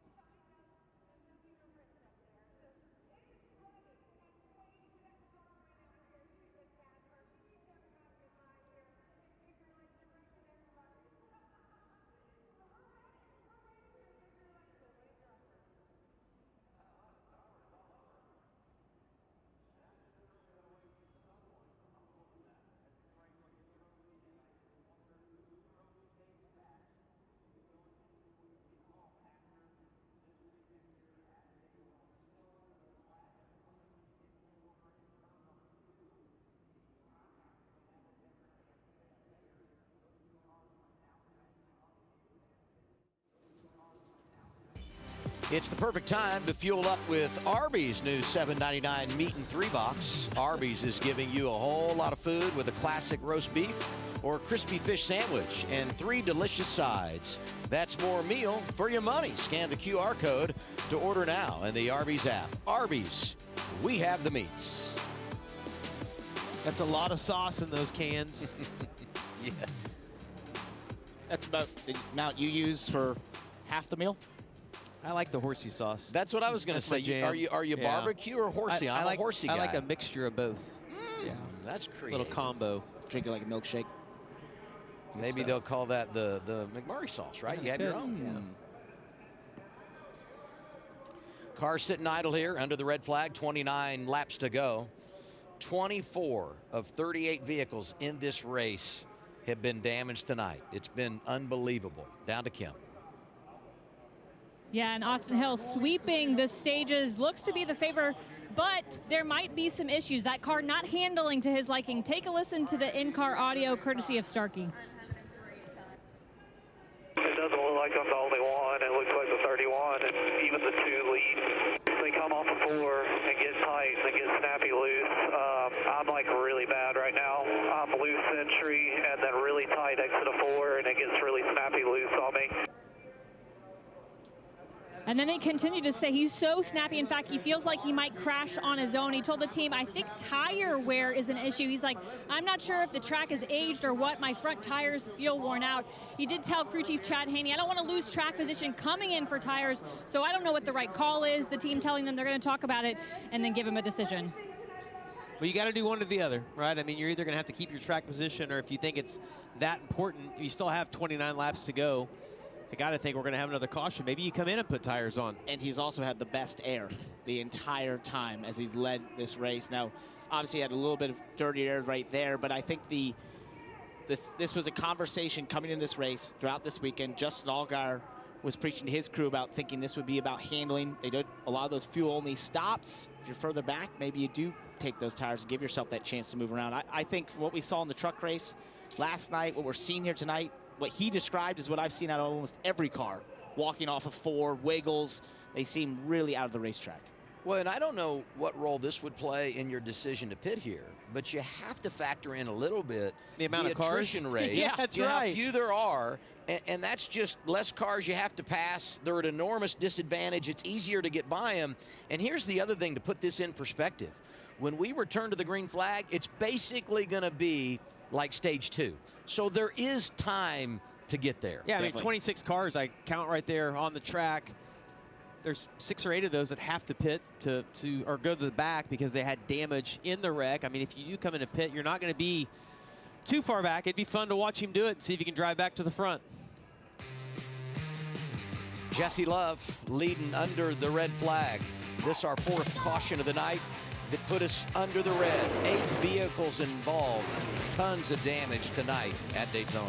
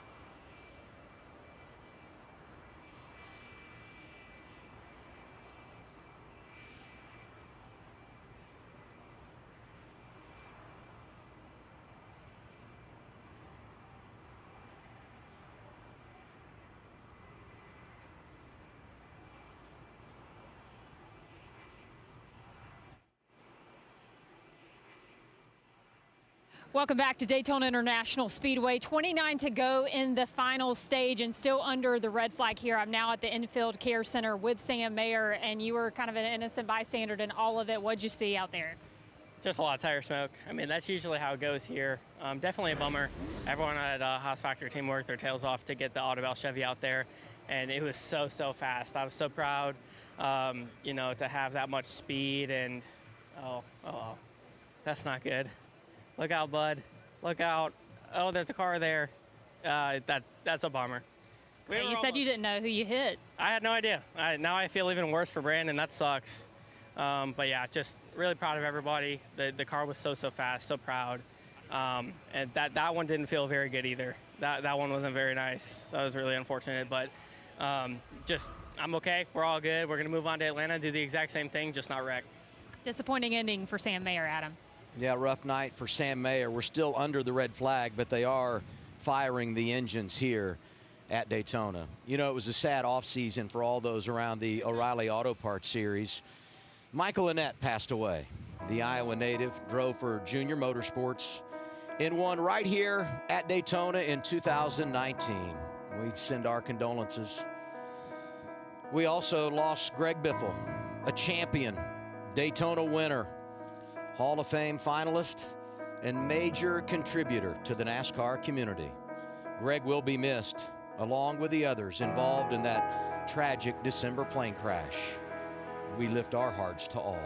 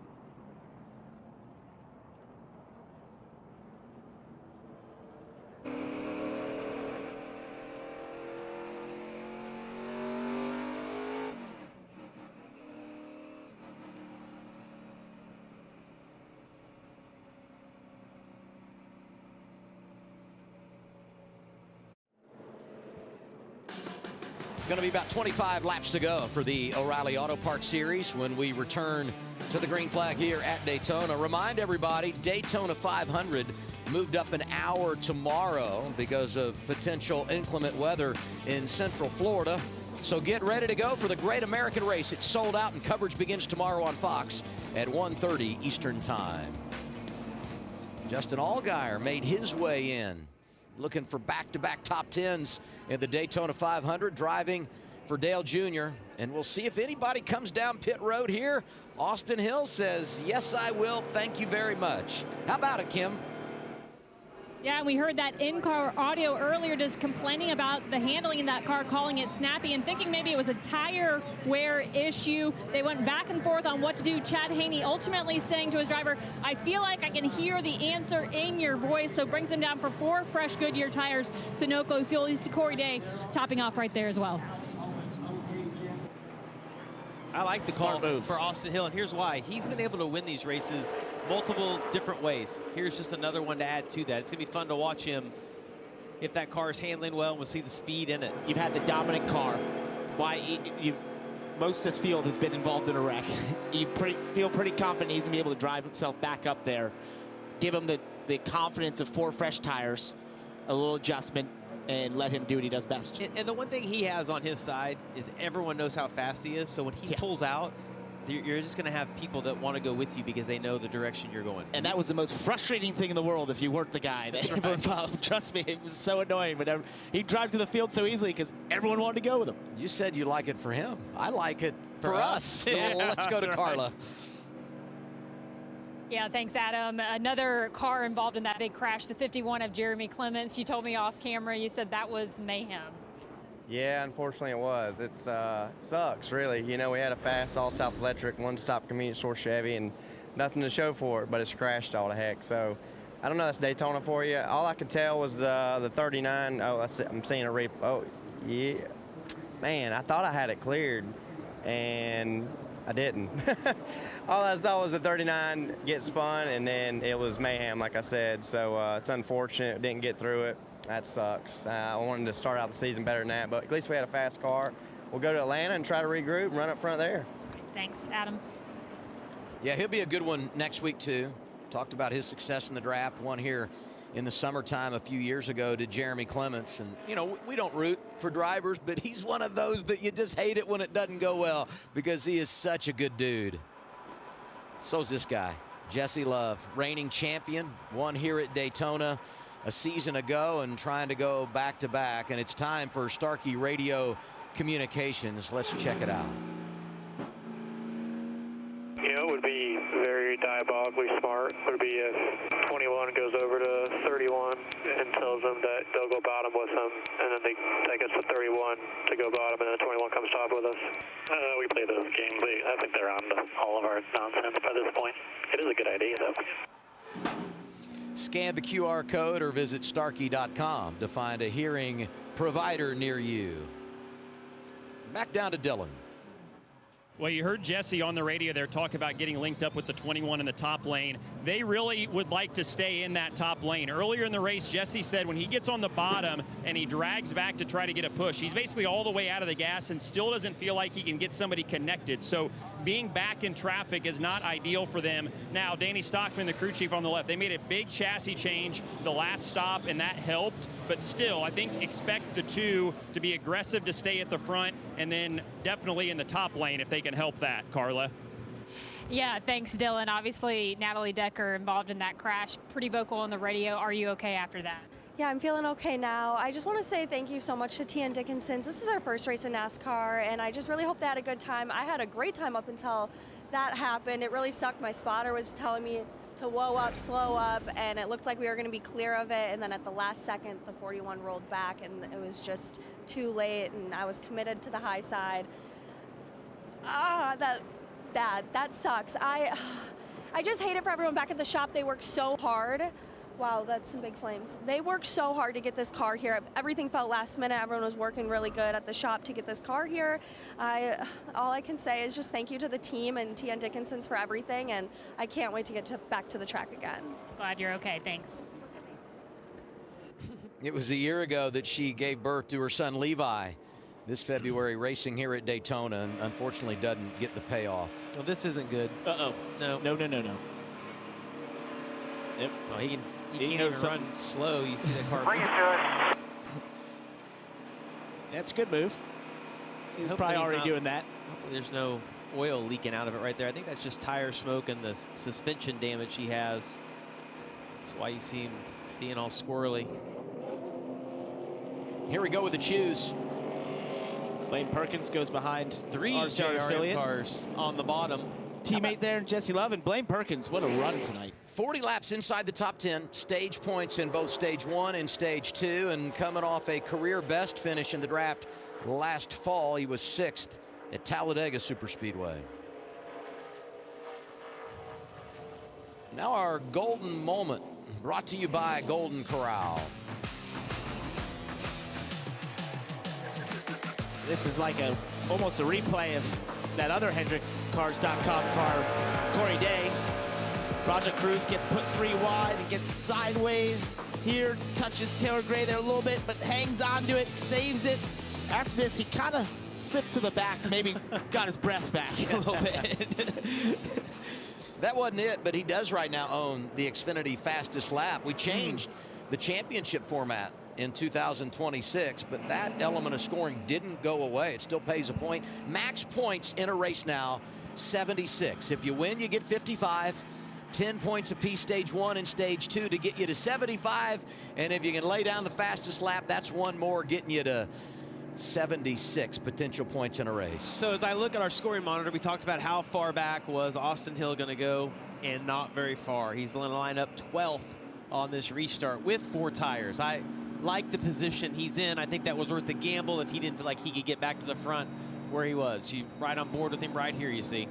And if you told the guys up front he's restarting 12th, they're going to be like, are you kidding me? That's right. Yeah, I would not be surprised What do you think, to see. Lap or 2? I think he'll get to the outside by the time we get to turn 3. Yep. And I think we'll have us a couple of guys go with him. Going to be in good position here. Going to be 24 laps to go when we return to the green flag. Jesse Love in control. To his left, Sammy Smith. Lights off on a pace car. It will pull in. And the duo out front will make their way to the Poet restart zone.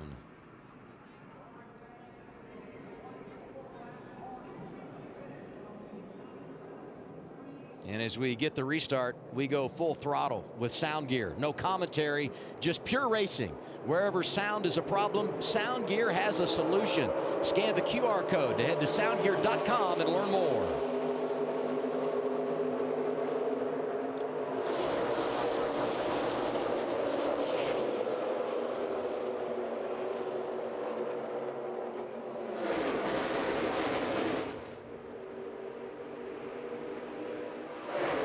The 2, they're off each other as well.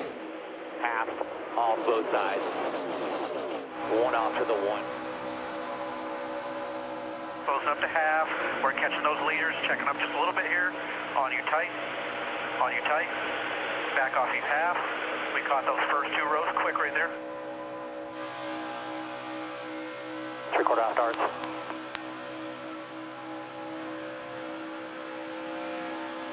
Coming to us.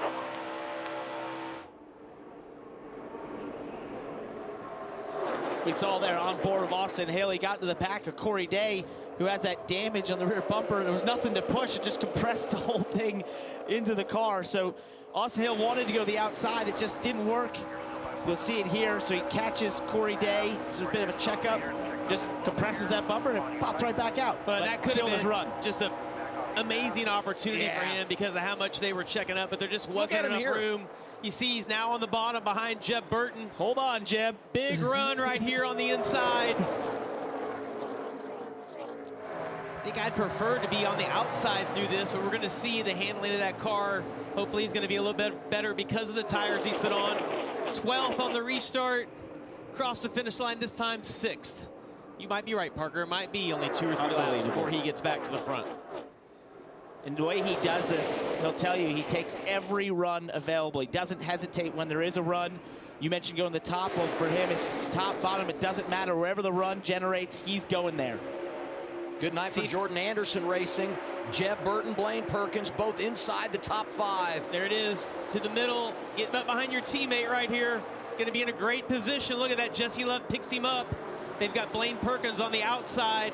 And here comes a push, 42. Carson Hocevar was a lap down, got the free pass. He is right there late. The one thing Austin Hill has to be a little bit careful of is he has those new tires, so his handling's going to feel good, but you can't get too aggressive pushing guys because they aren't in that same position. Up to P3 in only 3 laps. And the next time around, I think we'll say new race leader Austin Hill. Fresher tires, fastest car, dominated the night, and here he is pushing his teammate around Daytona with 21 to go. Pushed him way out there. He'll back up the Blaine Perkins here down the backstretch, try and generate another one of those runs. Just in a perfect position right there. That was a great decision to come down, get 4 tires. I love that Chad Haney made that call for him so he could hear it in his voice, and has now put his driver back. Best position of anybody in the race. William Sawalich, Corey Day involved. Caution number 5, the Burtons, Jeb and Harrison Stay up, collected. stay up, stay up, stay up, stay up. LeVar Scott there as well.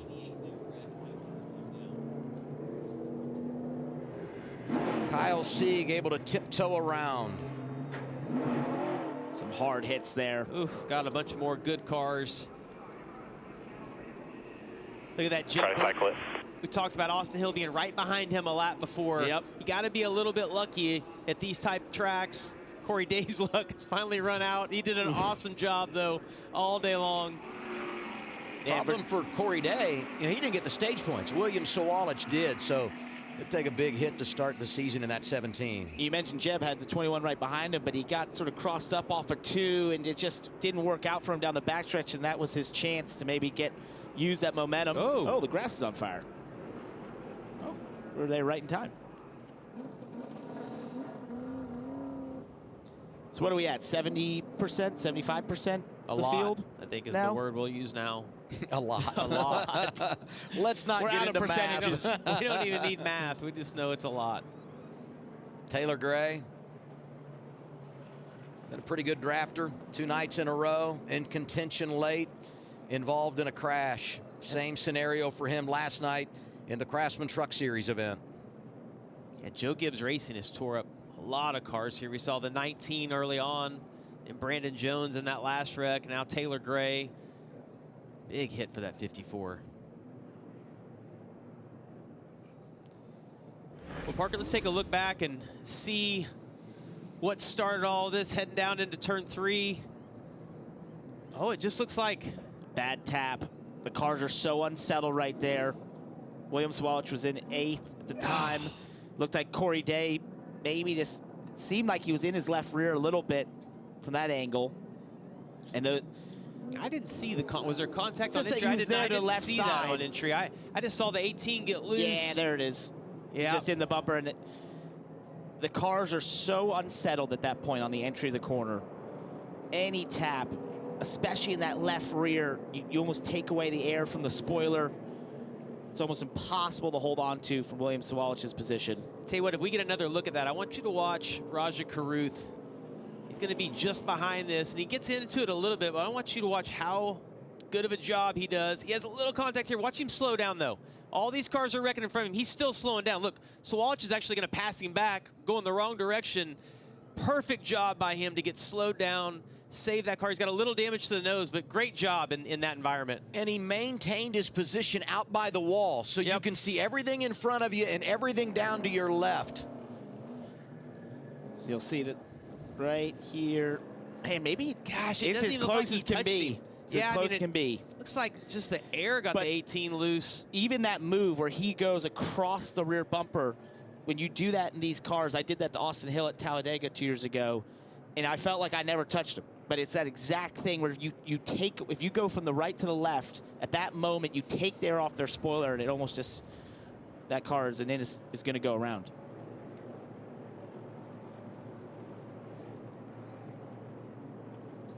Hocevar, we had talked about him getting back up front. He got a little bit of damage as well. 13 cars involved. Caution number 5, inside of 20 laps to go.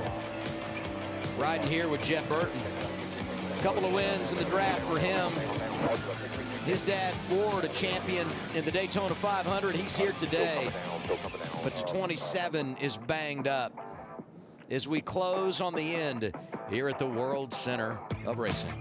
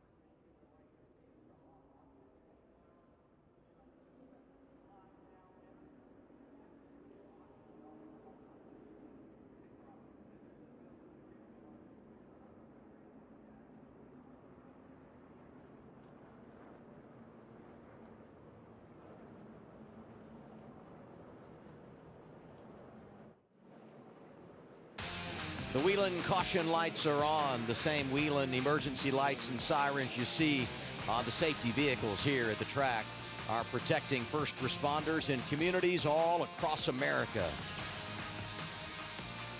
Crew's been busy tonight. 5 cautions, 1 red flag, and a lot of damaged race cars, like 80% of the field. Here's a stat for you. It's Valentine's Day. Happy Valentine's to the 2 of you. And drivers to win, and they've all come at Daytona on Valentine's Day. Jeff Bodine, 1987 for HMS. Nimco Motorsports and Joe Nemechek. Front row Joe, 1998 got it done. And Tony Stewart, also driving for Hendrick in 2009, celebrated Valentine's Day in Victory Lane. But tonight just seems different. I mean, when your name is Jesse Love and you're racing on Valentine's Day, I mean, are you serious? Austin Hill said, I got your Valentine's Day right here. I'm just glad he didn't say love is in the air. Yeah, well, maybe I'm saving that for later. I was waiting. No. Here's Jesse Love Radio. You got like 11.5 gallons in it right now. 11.5. What's my number where stuff can go wrong? I told you 3.5 earlier, but I want to say 4.5 right now. When are you going to start working it? Copy. I'm just working it just right away. I've been working on it since the last caution just to do it for peace of mind. So what they're referencing, obviously, is how much fuel is in that fuel cell, and 3.5 gallons is basically where, when they're in the banking under caution, that fuel goes to the left side of the fuel cell. It goes away from the pickup, and you saw in the last restart, Jesse was actually weaving, coming to the green. That's what you do to keep fuel to the right side of the fuel cell in that pickup. These cars can get air pockets, and when that happens, it just kills the motor. And even when you have 3.5 gallons, which if the car was level would be fine, but on the banking, it just starves the motor for fuel and can really put you in problems. So as we get later in this race and if we have more restarts, that's what they're referencing, to make sure you keep that fuel cell packed to the right side. You got to be thinking about it, but when they made their pit stop with 39 to go, they were plenty to the good and even had insurance for overtime. That's the way you think about it when you make that pit stop. And then you add on top of that the caution laps, which just increase your fuel mileage. So right now, everybody should be really good in that regard. Ryan Sieg gets the free pass. Now, he's not had the greatest of nights. He's been pushed around a lot this evening. But with all the other attrition, he gets back on the lead lap in his 19th prior to the choose here. Yeah, and I'm looking at those line of cars. Allgaier, who we know went to the back, put tires on, and all those, he's got a little more damage than I realized. But all those JRM cars are still in the top 10. And we saw Justin rode on board with him for a little bit. Even with that damage, he was able to drive up through the pack. Car still seems to have plenty of speed in it. We've got a long ways to go here at 17 laps. A lot's going to happen. You're going to want Carson Kvapil there in that one car to be the leader of that JRM train. If they can work together, especially, and Sammy Smith's still there. All right, these are drivers that have not been involved in a crash tonight. Carson Kvapil, Ryan Ellis, who could get his second career top 10. Obviously, Jesse Love, Austin Hill, who've been up front all night. Good effort for Dean Thompson. The drivers from Jordan Anderson Racing, Blaine Perkins and the boss man Jordan Anderson. By the way, Ross Chastain going to drive that 32 next weekend at Echo Park Speedway. And then Parker Retzloff also able to avoid damage tonight. Got a few takers here. You got to think they're going to work on the 7's nose maybe a little bit again here, or the handling being off. We know Raja was barely involved in that wreck. You see some damage to those right side tires from getting into the wall, getting kind of squeezed into the wall. Get those changed. This car looks to me to be in pretty good shape. Those composite bodies can take a real hit. Well, especially compared to the rest of the field. Yeah. It's not bad. That's brand new. It's pristine. Good night for Raja and the team trying to set him up for a late rally to the finish. Carla? Yeah, Brandon Jones not a part of the most recent wreck, but the wreck before that, you were having a really strong race before that. How disappointing is it that this is how your night ends? Yes, and we had some people from Menards, some of the Menards family with us here today. Swiffer always such a long-time supporter of our race. have to go out like this. But I don't know, this racing's just kind of for the birds, I think, in my opinion. It's so difficult to make it to the end. Did a lot of things right today. Made a couple little small mistakes and missed a few runs here and there that I could go back and learn from. But I was proud of the save in there early on. I know that hopefully the in-car showed that one. That one was pretty epic. There were some really good moments as well. So I'm going to take the highs and maybe go back and study some of the lows and see how we can do it, because we got plenty of these tracks left in the schedule to try to tackle. So we'll continue to work at it, and we'll go to the home track next week. Yeah, he talks about more tracks in the draft, 6 of them in all, 1 of them in the chase. We'll go to Talladega Superspeedway late in the year, and it could play a pivotal role in who wins the championship. 15 laps to go this time by as we ride around under caution. Saving that fuel. Just coasting. 89 laps led tonight for Richard Childress Racing. 67 for Hill, 22 for Love. As we do the Freeway Insurance Choose, where every lane choice can change the race outcome. Saw the RCR guys take the front row. Hope both those guys hoping they can get a good push. There's RC. I think he cares which of them wins as long as one of them does. As long as it has that logo on it. It's got to be special for both those drivers, celebrating big moments in their career with him, a Hall of Famer. So cool. Think about the championship last year, all the success here at Daytona. That organization has won 4 in a row in February, 3 straight for Austin Hill, 22, 23, 24, and last year went to Jesse Love. Must be fun being the owner of when you feel like you got the field covered a little bit. I think it's fun when you come here and you're fast. I just can't help but laugh at Kyle Busch, that shirt he used to wear when he was an owner. You'd come to Daytona and it said most expensive day of the year, right? So I think if you're like Joe Gibbs Racing and you've wrecked everything today, it's probably not as much. But the success that they have had at this track and all of these, yeah, I mean, without a doubt, it's great. Sam Hunt calls these races the Speedway tax. Right. Because when all of the cars Everybody are coupled pays up, it. oh, man. Right. Well, so far tonight, it's been the rich get richer, right? Because if you're RCR, you've led all the laps, you won both stages, your cars aren't damaged, and you may very well get the win. Be surprising if they didn't. But let's not write off some of those drivers behind them. Could see a little upset special with a few of them. And the other thing to think about here is just how wild the finishes are. You never think this thing is over until they put that checkered flag in the air, and there's going to be 14 to go when we go green. I was just going to say, keep an eye on Parker Retzloff there and Sammy Smith, Carson Quapple. Sammy Smith has been making some really big moves at times. If he could get the momentum, and it might come from Parker Retzloff there behind him, to help him generate that run. Yeah, and I like the position that Jesse Love's in. You mentioned Sammy Smith. He's right there behind him, and he's been an exceptional pusher all night long. Lights back on the pace car, so we're going to go one more. Get it down to 13 laps to go at the restart. And understand William Sawalich was having a hard time pulling off the pit lane, so they got to give him some help. Blaine Perkins still in a great position. Yeah. I know we've built him up, having a career night for him. Still finds himself in a great position. Let's go back to a year ago. Jesse Love had one career victory. Came his rookie campaign at Talladega. Sophomore season starts with a bang. Crashing right there as the white flag went in the air, but he got the white before the caution came out. Drove it around to the checkers, and he went on to bookend 2025. A win in the season opener. He got it done at Phoenix, picked up the championship trophy in the desert, and he's in position to go back-to-back here at the World Center of Racing. And his best competition, his teammate restarting to his left. Give a shout out to this guy here, Anthony Alfredo.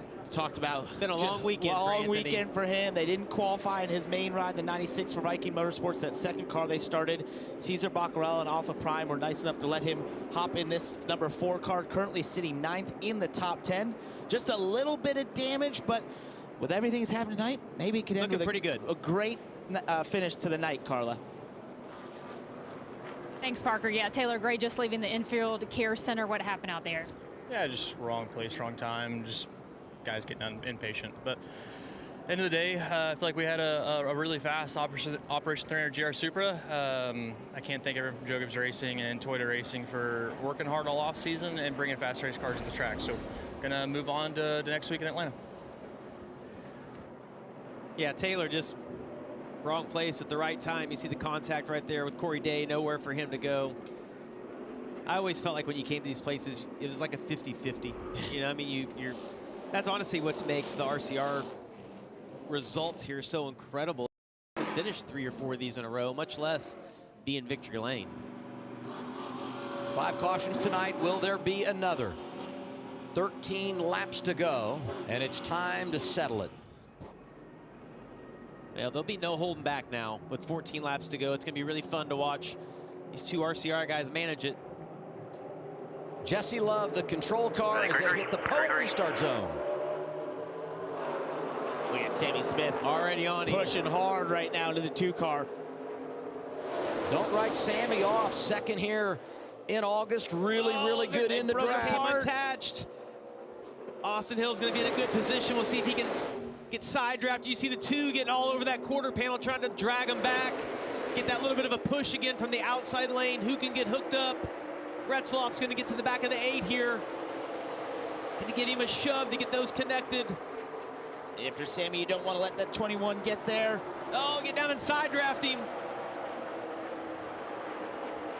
I think he was waiting on a little bit of a push from the 8. Didn't want to have any wheel input when he got hit from behind.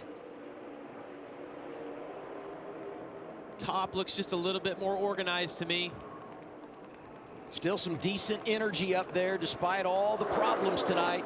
20 cars remain on the lead lap, 12 to go. If you're Sammy Smith, you just want Retzloff as we got the caution out here. Yeah, Wheeling caution lights on again. Got debris on track. How many times do you see it, right? You have crashes, you repair the damage, and it just doesn't hold up. They get the caution for debris, riding with Jeb Burton. That's not a fun ride. All the Get to the garage right there. Tire carcass flying around in that car. You know, we use the scoring loops to determine who was leading, and that's going to tell us who's in control on the restart. Assume it's Austin Hill. We'll follow up on that when we return. Caution number 6 in race 1 in 26 here at Daytona.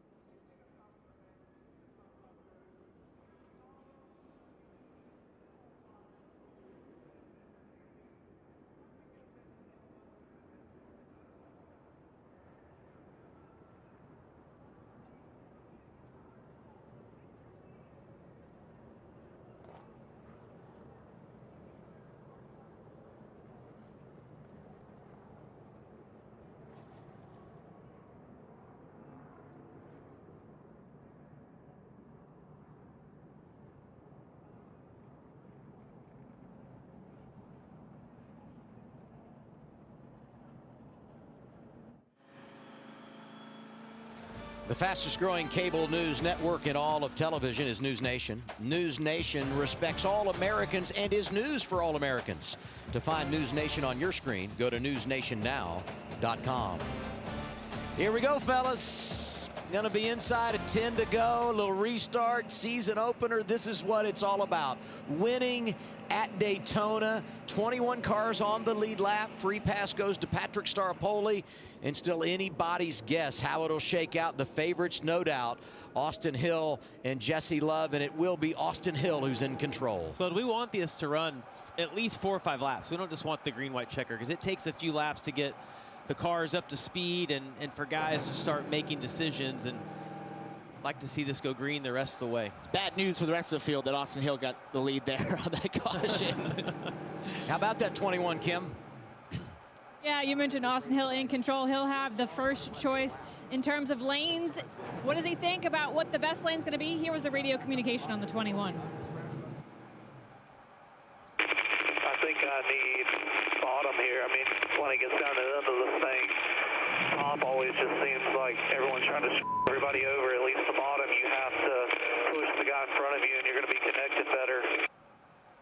Well, he said what I was thinking. How about you? It just seems like that top lane falls apart, because when you're on the bottom, there's really nowhere to go. If the outside lane's on your door, you can't really shoot the middle.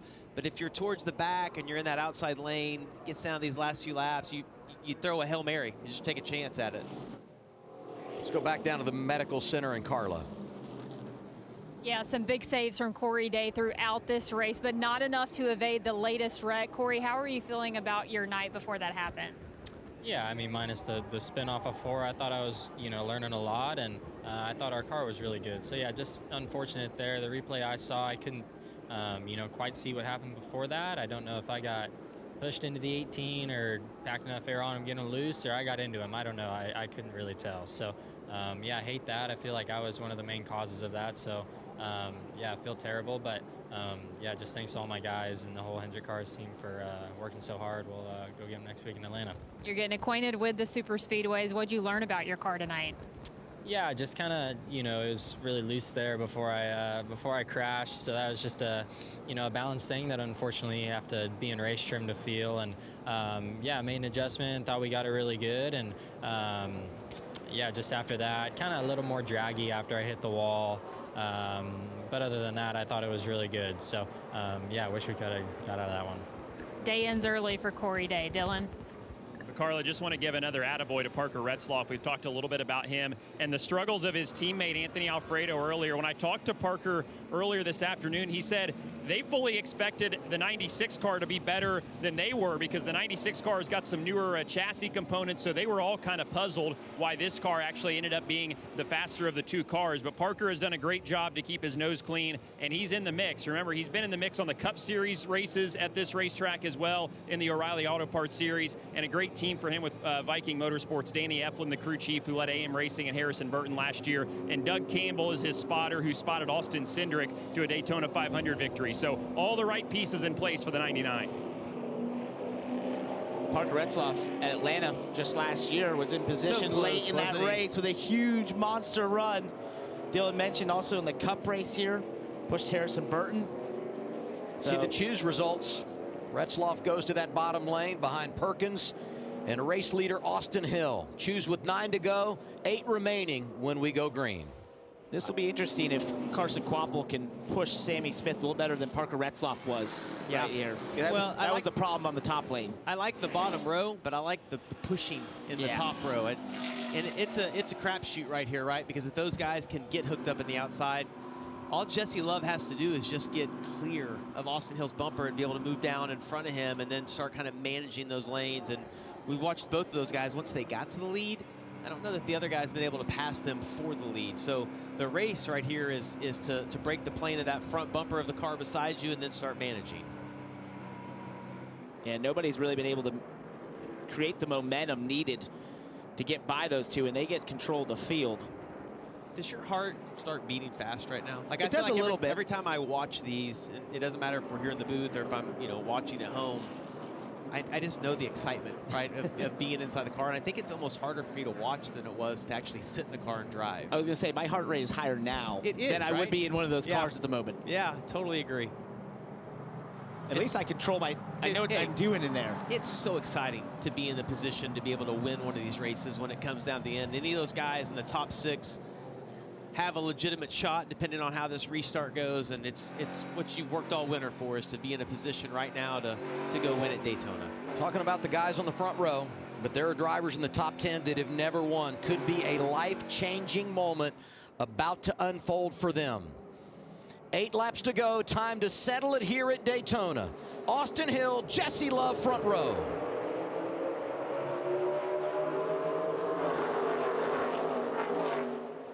Almost looks like that bottom lane Really hooked together well, too. Look at that top one. Ooh. Sammy's lane in the rear bumper. Blaine is all over Austin Hill, though. Oh, he slides up a little. Now they're both disconnected. You see Brennan Poole coming on the outside. They're going to have to defend that a little bit. Allgaier might go with him. Oh, I think Austin Hill made a good decision being on the bottom here. Jesse Love noses out front in the 2. Sammy Smith getting a big push from Brennan Poole in the 44. Poole has never won. What an awesome move by Brennan Poole to get there with a push from Justin Allgaier. Austin clears them. He does. All right, so now Austin's got to go back into that managing mode of both lanes, but people, if there's a run here, they're not going to be near as courteous as they were earlier in the race. 7 to go. Top lane. Control both.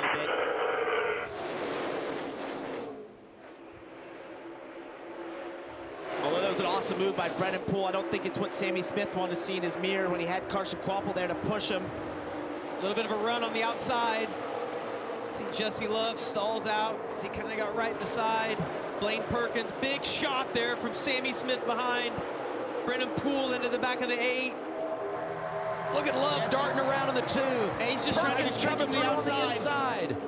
Just trying to fake him out right here. He knows Austin's looking in the mirror. Oh, did he get there? To the inside. He's beside him. Jesse Love going for it. 6 to go. Put the 2 out front. Can he hang on? Outside rally for Austin Hill. Drafting help from Sammy Smith. All the junior motorsports Chevys are up there. What a move by Jesse Love to get back beside him. Kind of faked him out to the top. Goes to the bottom. It was the only move that was going to work. We saw him try it early in the race. Oh, Raja gets into Carson Kvapil. And here we go, another crash.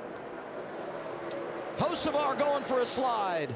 Raja Caruth gets a piece. Everybody hangs on, not a ton of damage, but we get yellow flag number 7, and once again, the Whelen caution lights are on, and this could very well lead to an overtime session. The tire there. I felt it briefly off. It'll be close. Well, this plays big time into Austin Hill's favor, because as I look at the timing and scoring, Jesse Love's actually back to 4th right now, so not going to be in the best position on this restart.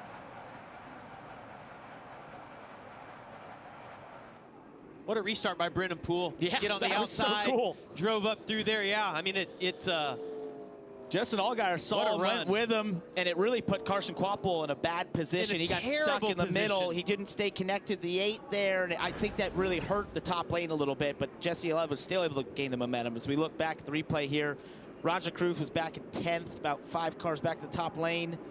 I think he got a big shove from Hocevar, which got him then turned sideways, and then you're just kind of along for the ride. But look at all those drivers.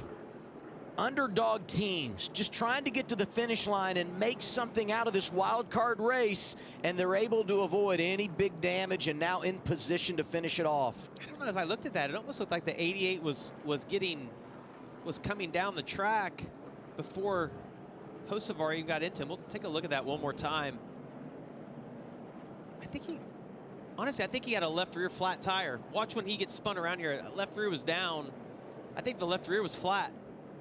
Maybe from contact, yeah. I don't think it was actually, well, that left rear tire's flat already. There. I think it was up before that. But it could have been going down. Going soft, because it just looked like his car turned. Riding with Ryan Ellis, trying for another top 10. So hard to tell when they're in the pack like that. It can just be a really off-center bump to the left side, even a slight one. Yeah, we did have one perspective. I thought you could maybe see that. It didn't look to me like the 42 actually got into the back of him before he went down. And clear, all clear. Nice work. Jesse Love kind of fakes him out going to the top. Look at the, I mean, what Still generates this run? It's kind of the 8 pack in the air there. Yeah. And that just didn't gives him see that. just Wow. enough. And he was clear of Blaine Perkins, knew he could dive to the bottom. I mean, it was clear to him. He had such a run. That had to have caught Austin Hill off guard right there. Such confidence, too. Yeah, When you see a move like that, you just know he was making moves and split-second decisions. What about the reigning champ and their team with now 4 to go, Dylan? Well, and it sounds obvious, but I think he really would have liked to have cleared Austin with that move because the struggles of him running and leading the bottom lane are still persisting. Take a listen. I just don't know what I gotta do, dude, because every time I'm on the bottom and I drag, we just go backwards. I can't keep anybody hooked up. I just don't f***ing understand why it only works on the top for me. If I do on the bottom, we just go backwards. So sometimes you just gotta go where they're not and hope that it works out, but we'll be curious to see what lane Love picks here on however many restarts we have left here. Yeah, and that's, you know, every super speedway race is different. Whether your car reacts different, the draft is different, there's more wrecks or less wrecks, and so you have those moments where he's describing where he just feels like he can't keep anyone behind him. He's almost so fast, they can't get to his rear bumper to keep up that momentum. And that's a frustrating place to be. These guys are having a great time. They have grown. They've been recruiting the entire race. There was not that many This when down it started. towards turn 1. They're in their own section down there. Well, as I look at Jesse Love's position, I'm going to hope that I can line up 4th beside Sammy Smith and try to push him by. I think that's my best chance to win. Kim? And we heard before the last choose Austin Hill's thought process. Kind of same thing here. He said, I got to work really hard for it, but I still think the bottom is the right call here. So he chooses first. Sammy Smith chooses second. Interesting radio conversation for the 8 car of Sammy Smith. He said, look, I know I'm going to have the front row as an option, but I don't know if this car can handle it. Feels very darty out there. Man, I would take the front row. Yeah, I'll tell you right now. take it. Yep. Yeah, absolutely. That's going to be your best chance of winning. You got Jesse Love behind you. Yep.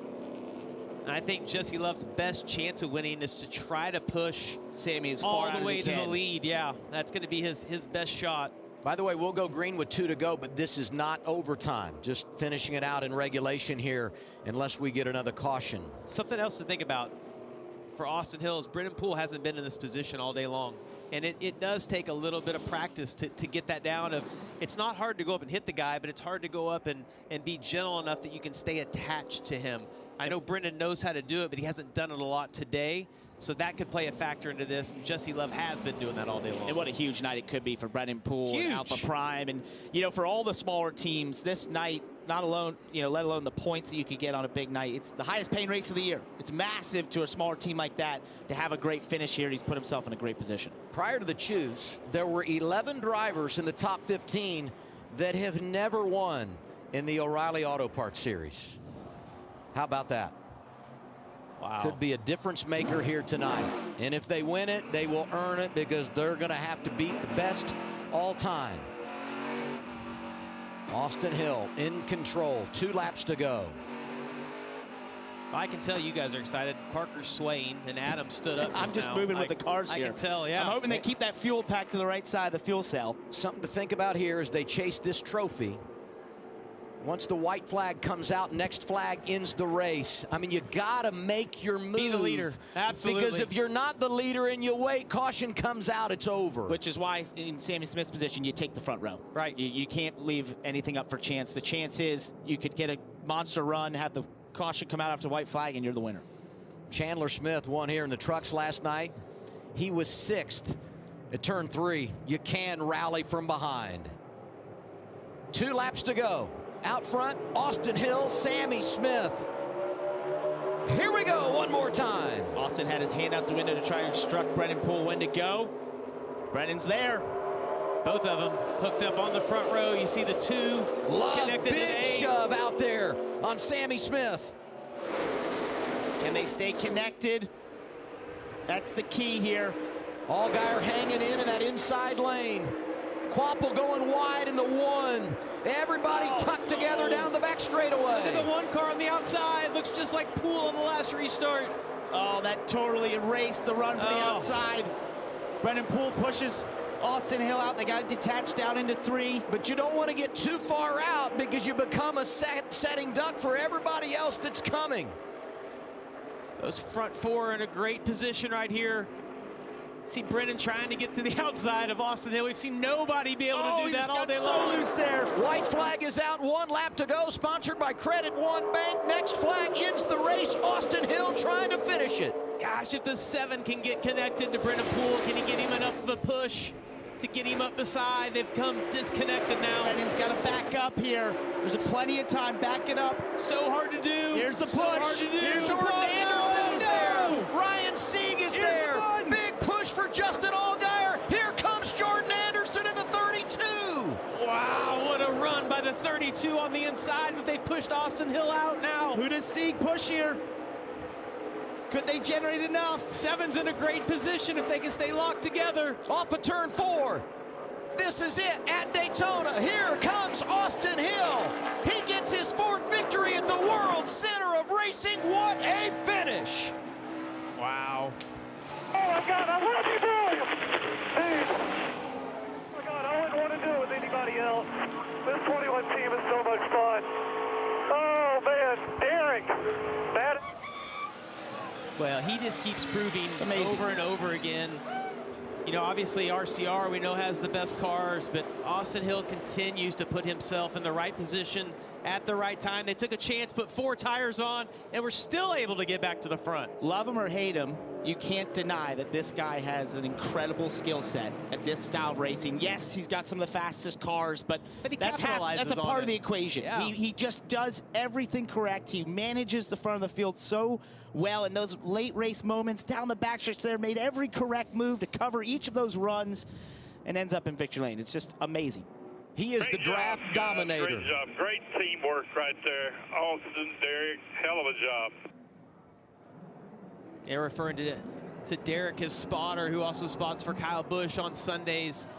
One of the best spotters on these type of racetracks, able to give him all the information that he needs.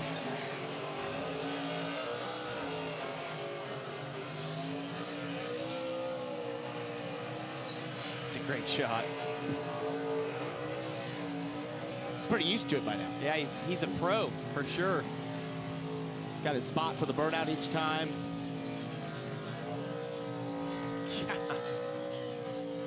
He's the draft dominator, and he hit him right between the eyes tonight, sweeping the stages, leading 78 laps, and he'll take home 75 points. Career win number 1511 in the draft.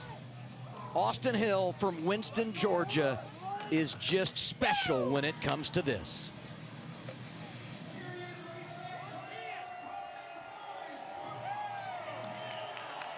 Austin will celebrate with the crowd, and then he'll load up and drive over to Mobil 1 Victory Lane for an interview. Such a great moment right there with all your guys. See the frustration of Jesse Love, ended up 9th overall. How about Ryan Sieg ends up 3rd after getting a free pass. Such a tough start to the night for him. Jordan Anderson in the top 5. Ryan Ellis, 2nd career top 10. Wow. I feel for Brendan Poole. Fell to 12. Man, made a great save on the backstretch, though. It could have been a disaster. If that bump was just a little better, and I think one of the things going against him was Justin Allgaier had all that tape on the front of that nose. It caught the rear bumper weirdly. Raja Caruth ends up in the top 10 tonight. And the same for Blaine Perkins. A year ago, Blaine had a career season with 4 top 10s, including at Talladega in the fall, and a good start to 2026 for him. I don't know what's bigger, winning here in dominating fashion or going to Echo Park Speedway next weekend where this guy is off the chain good. Well, think about RCR in general. I mean, last year was all about junior motorsports. Then they go to Phoenix. Jesse Love wins the championship, wins the race. They come right back here the next race. Has their other driver, Austin Hill, in victory lane. And now our Mobil 1 winning moment, final lap here at Daytona. It looked like Brennan Poole might be in the best position, but you said it, Parker, the big shot by Justin Allgaier down the backstretch got him loose and really just put Austin Hill in a great position. Yeah, it's here off of 2. He's going to back up basically to Justin Allgaier perfectly. This worked out exactly how you want it to. They hook up right here, but then that shot that Jordan Anderson gave Justin Allgaier at the same time he was connected to Brennan Poole, unsettled Brennan's car. That set him falling back. You're right. I think it was the hit from the 32 into the 7 that was kind of the right final at the wrong blow. time. Yeah. 11th. Well, I was going to say, this run here just didn't quite materialize for Justin Allgaier. Even with how far out front Austin Hill was, he just couldn't quite get there in time. 11 Daytona wins for Richard Childress Racing. And that passes them in front of Dale Earnhardt Incorporated for the most all-time. And how about that? That's awesome. What a souvenir for that young man. He's got his driver's suit on. He's ready to go. Yeah. Should have prepared. You That's want to be a race driver? You show up with your suit on and your helmet bag. Pretty good time to be an RCR fan. Rewind to 2025, get a win at Phoenix, take home the championship, and you follow it up with a victory here in 2026 to start the year at Daytona. That's cool. He's burned the tires off the car. It won't run on the banking right now. It's tough. It's like so slick. It's the hardest part of the night for him, getting into victory lane. Richard would be down there trying to find that boxed wine we had in victory lane earlier.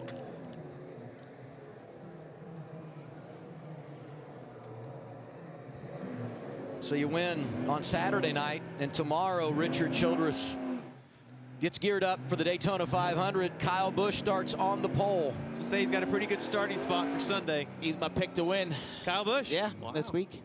Well, Jamie's pick to win. He did get this right. Austin Hill, so I'm so just glad you trying to patted me on keep the back. things even up here. I would like it to be known I picked Jesse Love last year.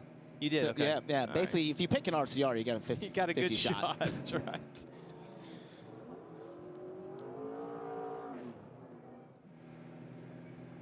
He knows where this is. No direction needed.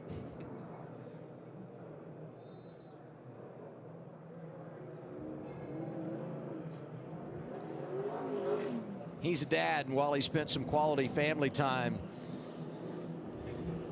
with the bunch at home in the offseason, he also rededicated himself to getting ready to go back racing. And the payoff is real. 1-0 in 2026 is Austin Hill.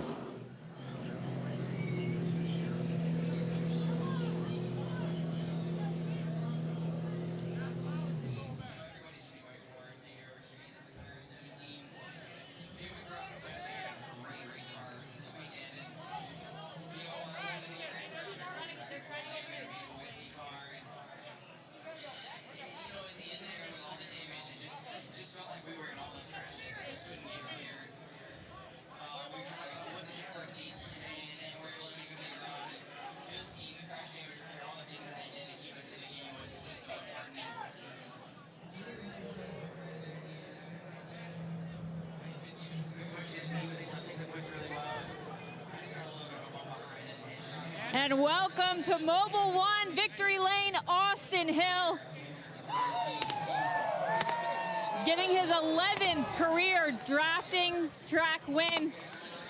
The decision, though, on lap 93 to take 4 tires, I know it was a really hard decision for you and crew chief Chad Haney. How important was that decision in victory lane?